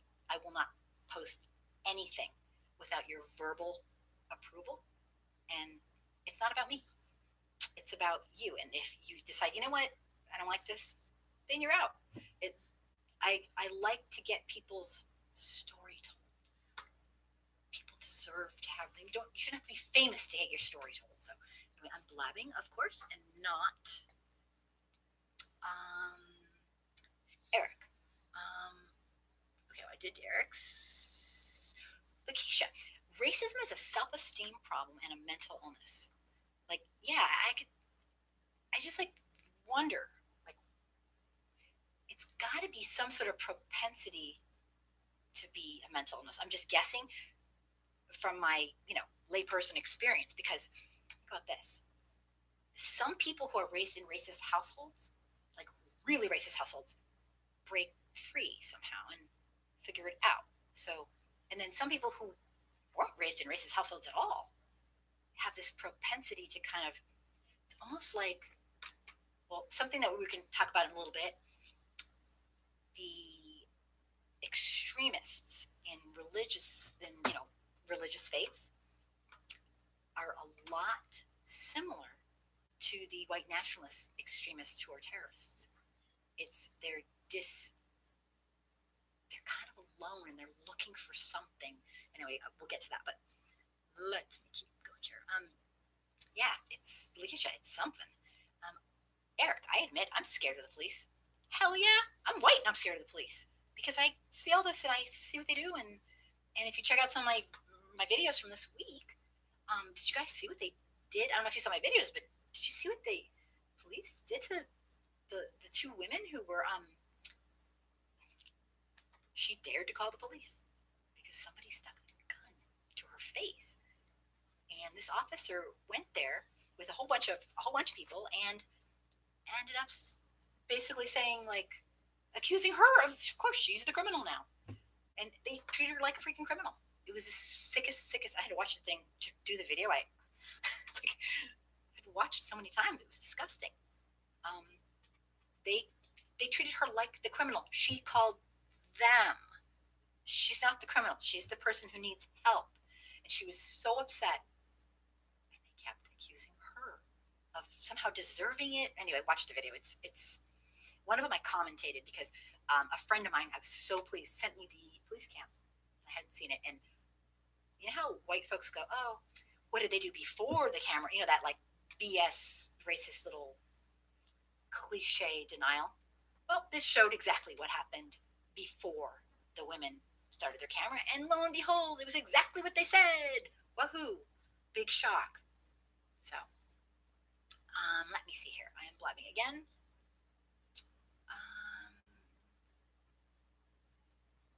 Oh my goodness. Got it. Lily says yes to Eric. Dr. Cindy. Fascismo Italiano, original ideology developed in Italy. They ushered a one-party dictatorship. This is the root. Centralized totalitarian government in a one-party state. If Trump succeeds, he will destroy democracy and the Democratic Party. If you pay close attention, he's doing all this now. He is demonizing the entire party among other signs. Yeah. It's when I was watching Robert Reich, because I think he's like the god of like, of knowing this stuff. Check out his video. I posted it today, and I'm taking a lot of stuff from him. Thank you, Dr. Cindy. Kitchen politics. Anchor Laura Ingraham and guest mocked AOC. I saw that on air by doing her accent on air. Isn't that racist? Yeah. Why is she still on the air? Laura Ingraham is in undercover racist like Tucker Carlson, Burnt Down Foxes. Yeah, I heard about that. It's like, what's wrong with people? It's rhetorical, but I mean, what's wrong with people? Why do they do this? I just, are they insecure? Do they have bad self-esteem? I don't know. It's insane. I don't get it. Maybe I don't want to get it. Lakeisha, reparations, land, business loans, individual universal basic resources. No more paying slavery property taxes. Like I said earlier, Lakeisha, I don't know if you were here. I'm strongly encouraging anyone who will listen to vote for a person who is not taking a cent from big money and who has an absolute plan for Black people and to stop systemic racism. And if they don't have a plan, they're not getting my vote. And I mean a good plan. And I don't mean just, talk. I mean a plan. Because this is ridiculous. We have aided and abetted this crime against humanity for centuries. because we keep getting born into it as a white person and think, well, yeah, I was born into it. No, it is our responsibility. Absolutely. People can go on and on about the cliche denial. Oh, my ancestors didn't own slaves. Oh, they weren't. They made all these lies. We started this. Okay, I don't care if you don't kind of look at yourself as a white person. It doesn't matter. We did this. We need to help end it and support our black brothers and sisters. And God, it's not like complicated stuff. Thanks, Lakeisha, for your comment. Kitchen politics, zinger number 2. Kitchen politics. You are naughty tonight. I never met a Trump supporter who wasn't an uneducated racist and treasonous piece of shit. Have you? Oh, is that original? Is that original? Your original work? Are you getting that? I actually haven't. It's hard to say if I don't have any white friends left who are Trump supporters, but yeah. And when I'm on the street, people think, like, if I'm walking by, like, it's so weird.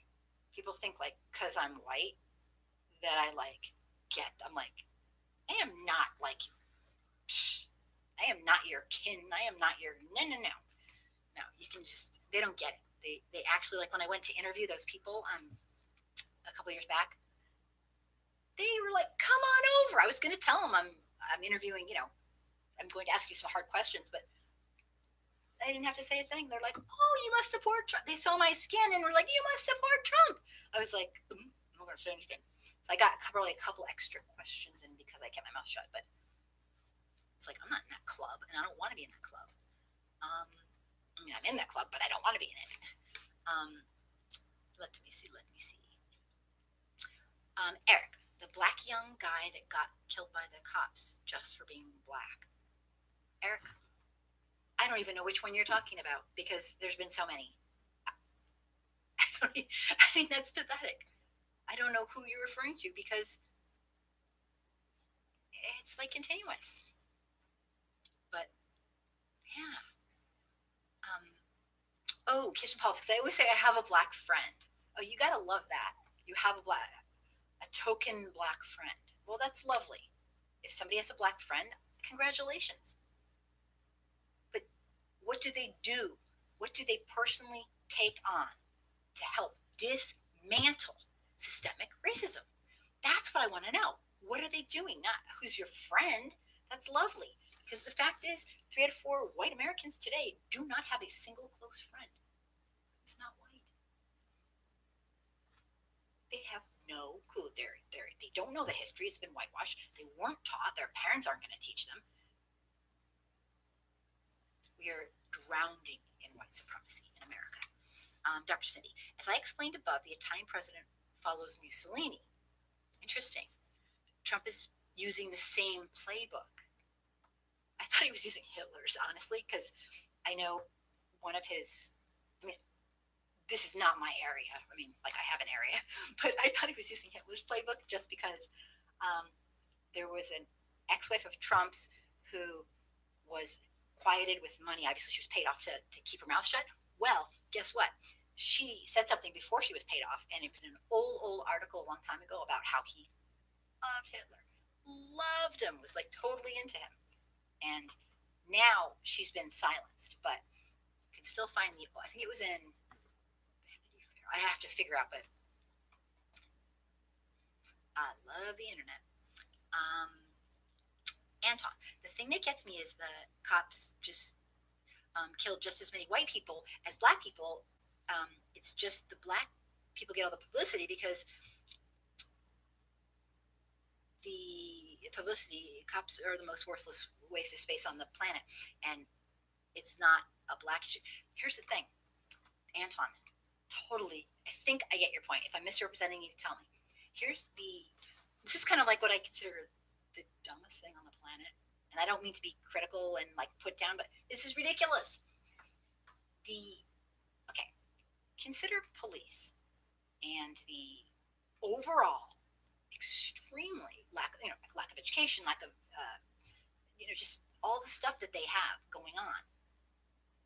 They're not tested for implicit bias. Their salaries are low enough that they can, they don't require like a huge amount of education for the most part. I know sheriffs more, much more. I mean, much more. But the average police, they're not checking to see if they hate black people. They have a gun, for God's sakes. It's kind of something you might want to check on.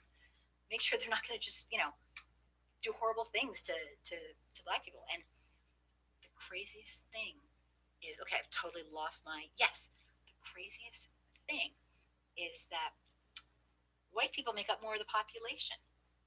They do some of these things to white people, but white people love their racism so much. They don't realize it numbers wise. It's probably, even though it's obviously many, many times percentage wise, way, way, way, way worse for black people of color. But you don't think they're doing some of this crap to white people? Of course they are. But white people love their racism more than they love themselves. And that's why Trump could get away with whatever he wanted, kill a person in Times Square, or whatever he said, because he gets it. They finally found the man they've been looking for since the Civil War. Somebody who gets them. They need to keep their racism. Sorry, I'm being so sarcastic. But let me go back up. Oh, somebody's saying good night. And Lily, I do not want to. Good night. I just saw that and I wanted to go back. Thank you so much for being here. You are wonderful, wonderful, wonderful. I'm so happy you're here. Come next week and share. If you know anyone who would glean anything from this kind of thing, bring them on. It's not for everybody, but I would love it. Good night. And I'm going to go back up. Thanks for being here. I'm going to go back up because I missed a ton of stuff here. Let me see. Oh, goodness. So I don't know if I misrepresented you, Anton. Tell me if I did, because I don't want to do that. But yeah, it's ridiculous, the whole kitchen politics. When we invade Venezuela for their oil, not to defend democracy, of course, Trump will use it as an excuse to gain more presidential power. We are quickly becoming Nazi Germany. Yeah, and so many levels. It's. I don't know if it's too late. What do you think, Lakeisha? Exactly. Neil, read Hitler's manifesto, and you will understand the direction Trump is taking us in. Yeah. Anton, it's a corruption issue. They're murdering everything. Thank you. Yes. Okay. Phew. So I kind of, yeah. This is not rocket fucking science. Okay. Training on a federal level, standards, certain pay, a certain amount of training in de-escalation and not just in shooting people. There are state-of-the-art programs all over our country that are perfectly, they can be replicated, replicatable. I don't even know if that's a word. They can be replicated. Okay, what they did in Oakland, California was amazing. I mean, there are programs that are working and that are wonderful.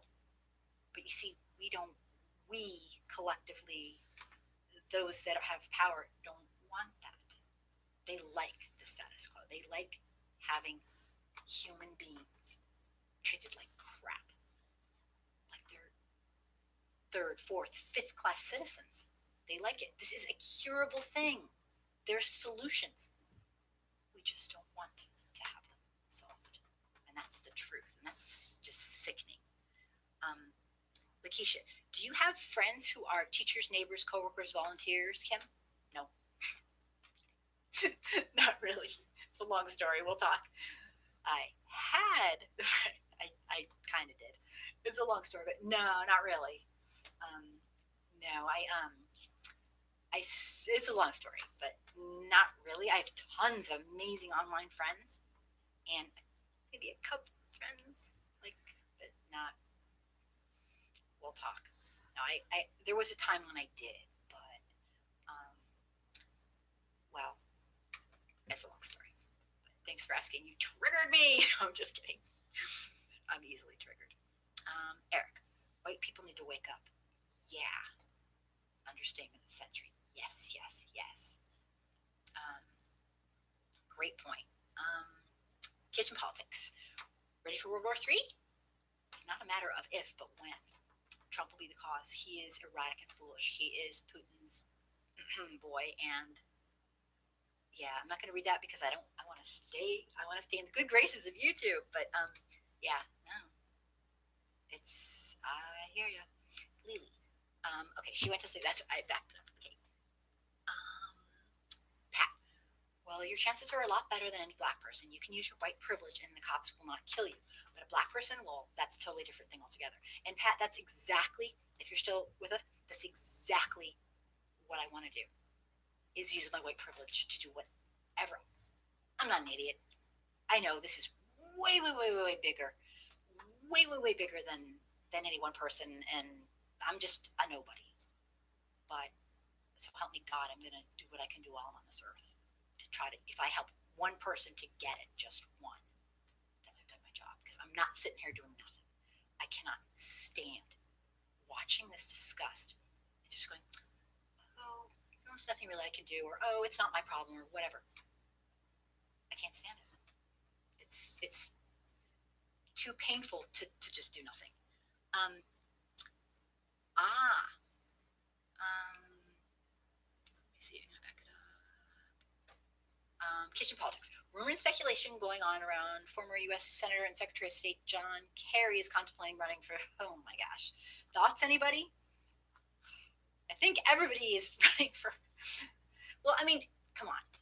If people, I'm not trying to be rude, but Trump if Trump can become president, anybody can, because he is absolutely a horrific human being.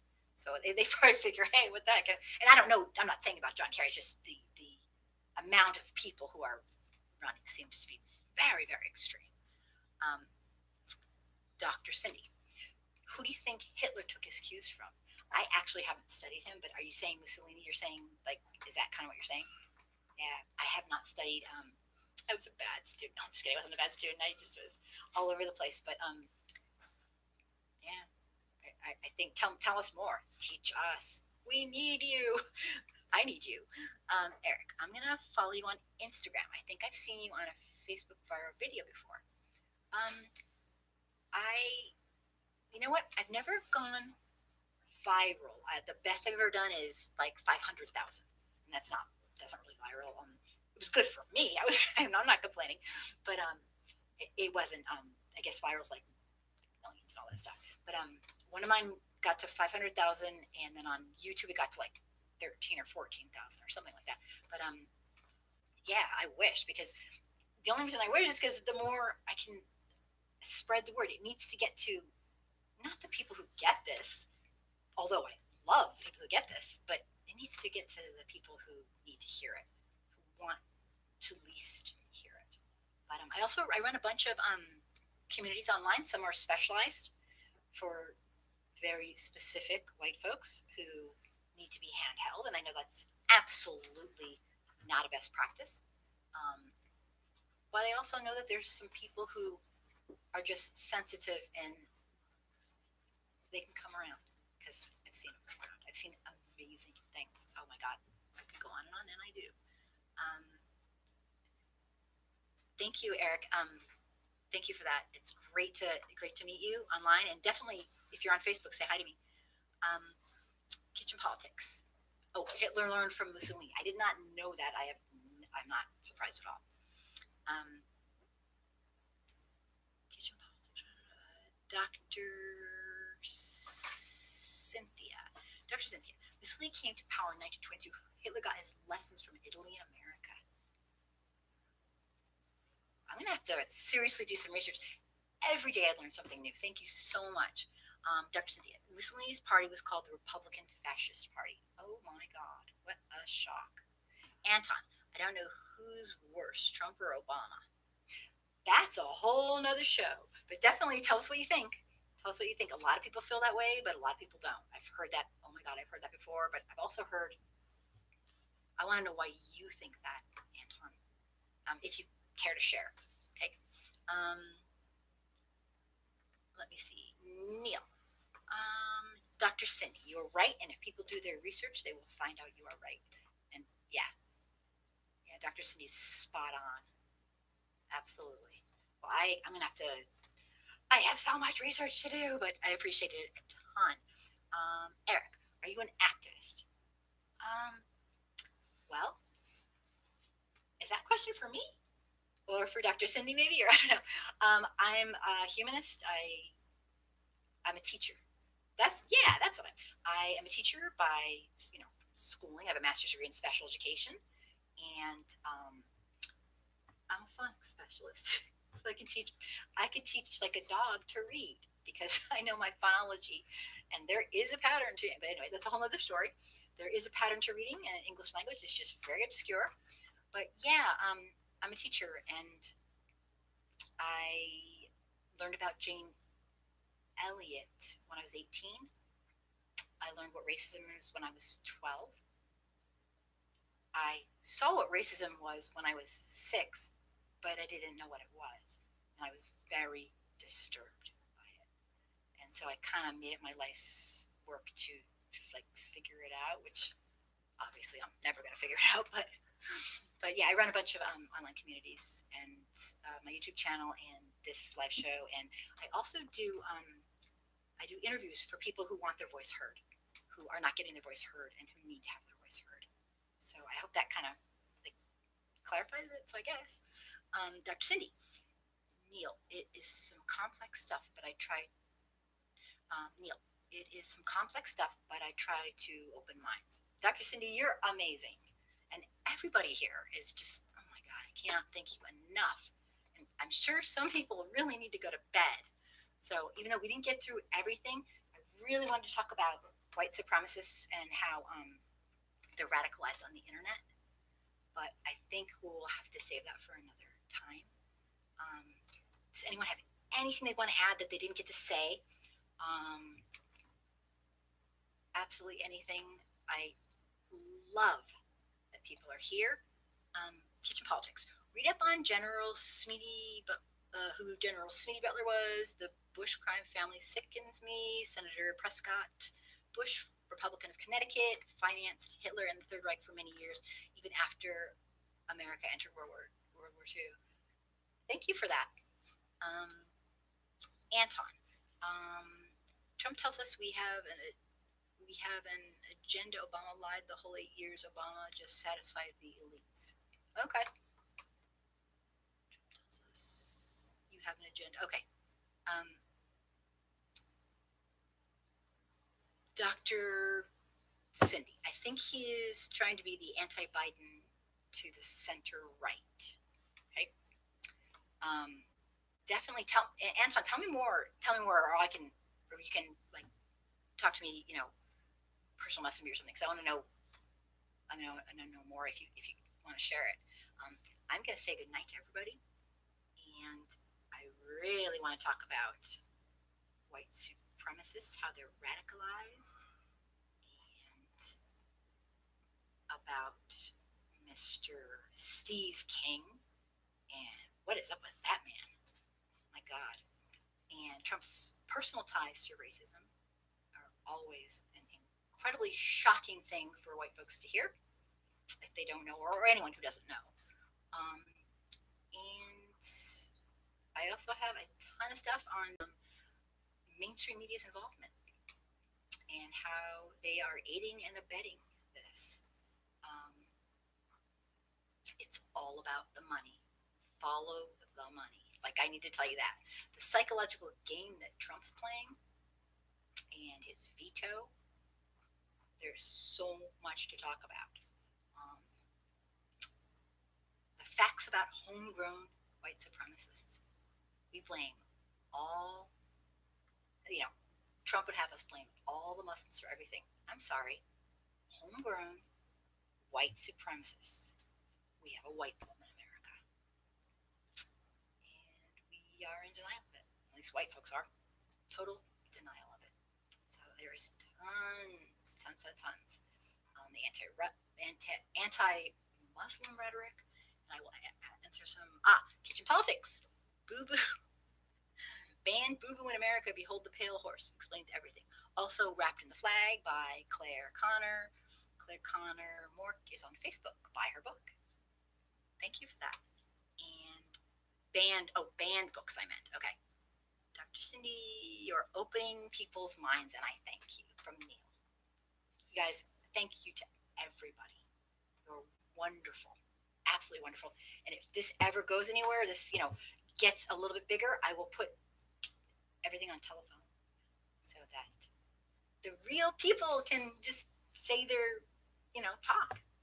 And I would just love to have you talking and not me repeating what you. I want your voices. So thank you so much. And if you know anybody who would benefit or needs to come to the show, or couldn't come watch videos, please support me by watching videos that I do, subscribing, getting people who need to be educated to get over here and just check it out. And they can even get a hold of me personally if they want. So thank you for your support, and this means the world to me. So I will see you online, and come back next week if you enjoyed being in the show and talking, and I adore you guys all. This means the world. Thank you. I will say good night. Good night, good night, good night, and be safe because things are getting uglier. Understatement of the century. All right. Good night, everybody. PM me. Oh, thank you, Neil. Thank you. Yeah, share and subscribe and share my videos. And a lot of them are harsh, but they're the truth. And I do have some that are really nice and sweet, kind of like my old stuff. I used to be a nice person. Love you, Dr. Cindy. Thank you so much for everything and everybody here for all of your input and your knowledge. I used to be nice, but then I kept learning the truth. And now I'm not so nice. Good night, everybody.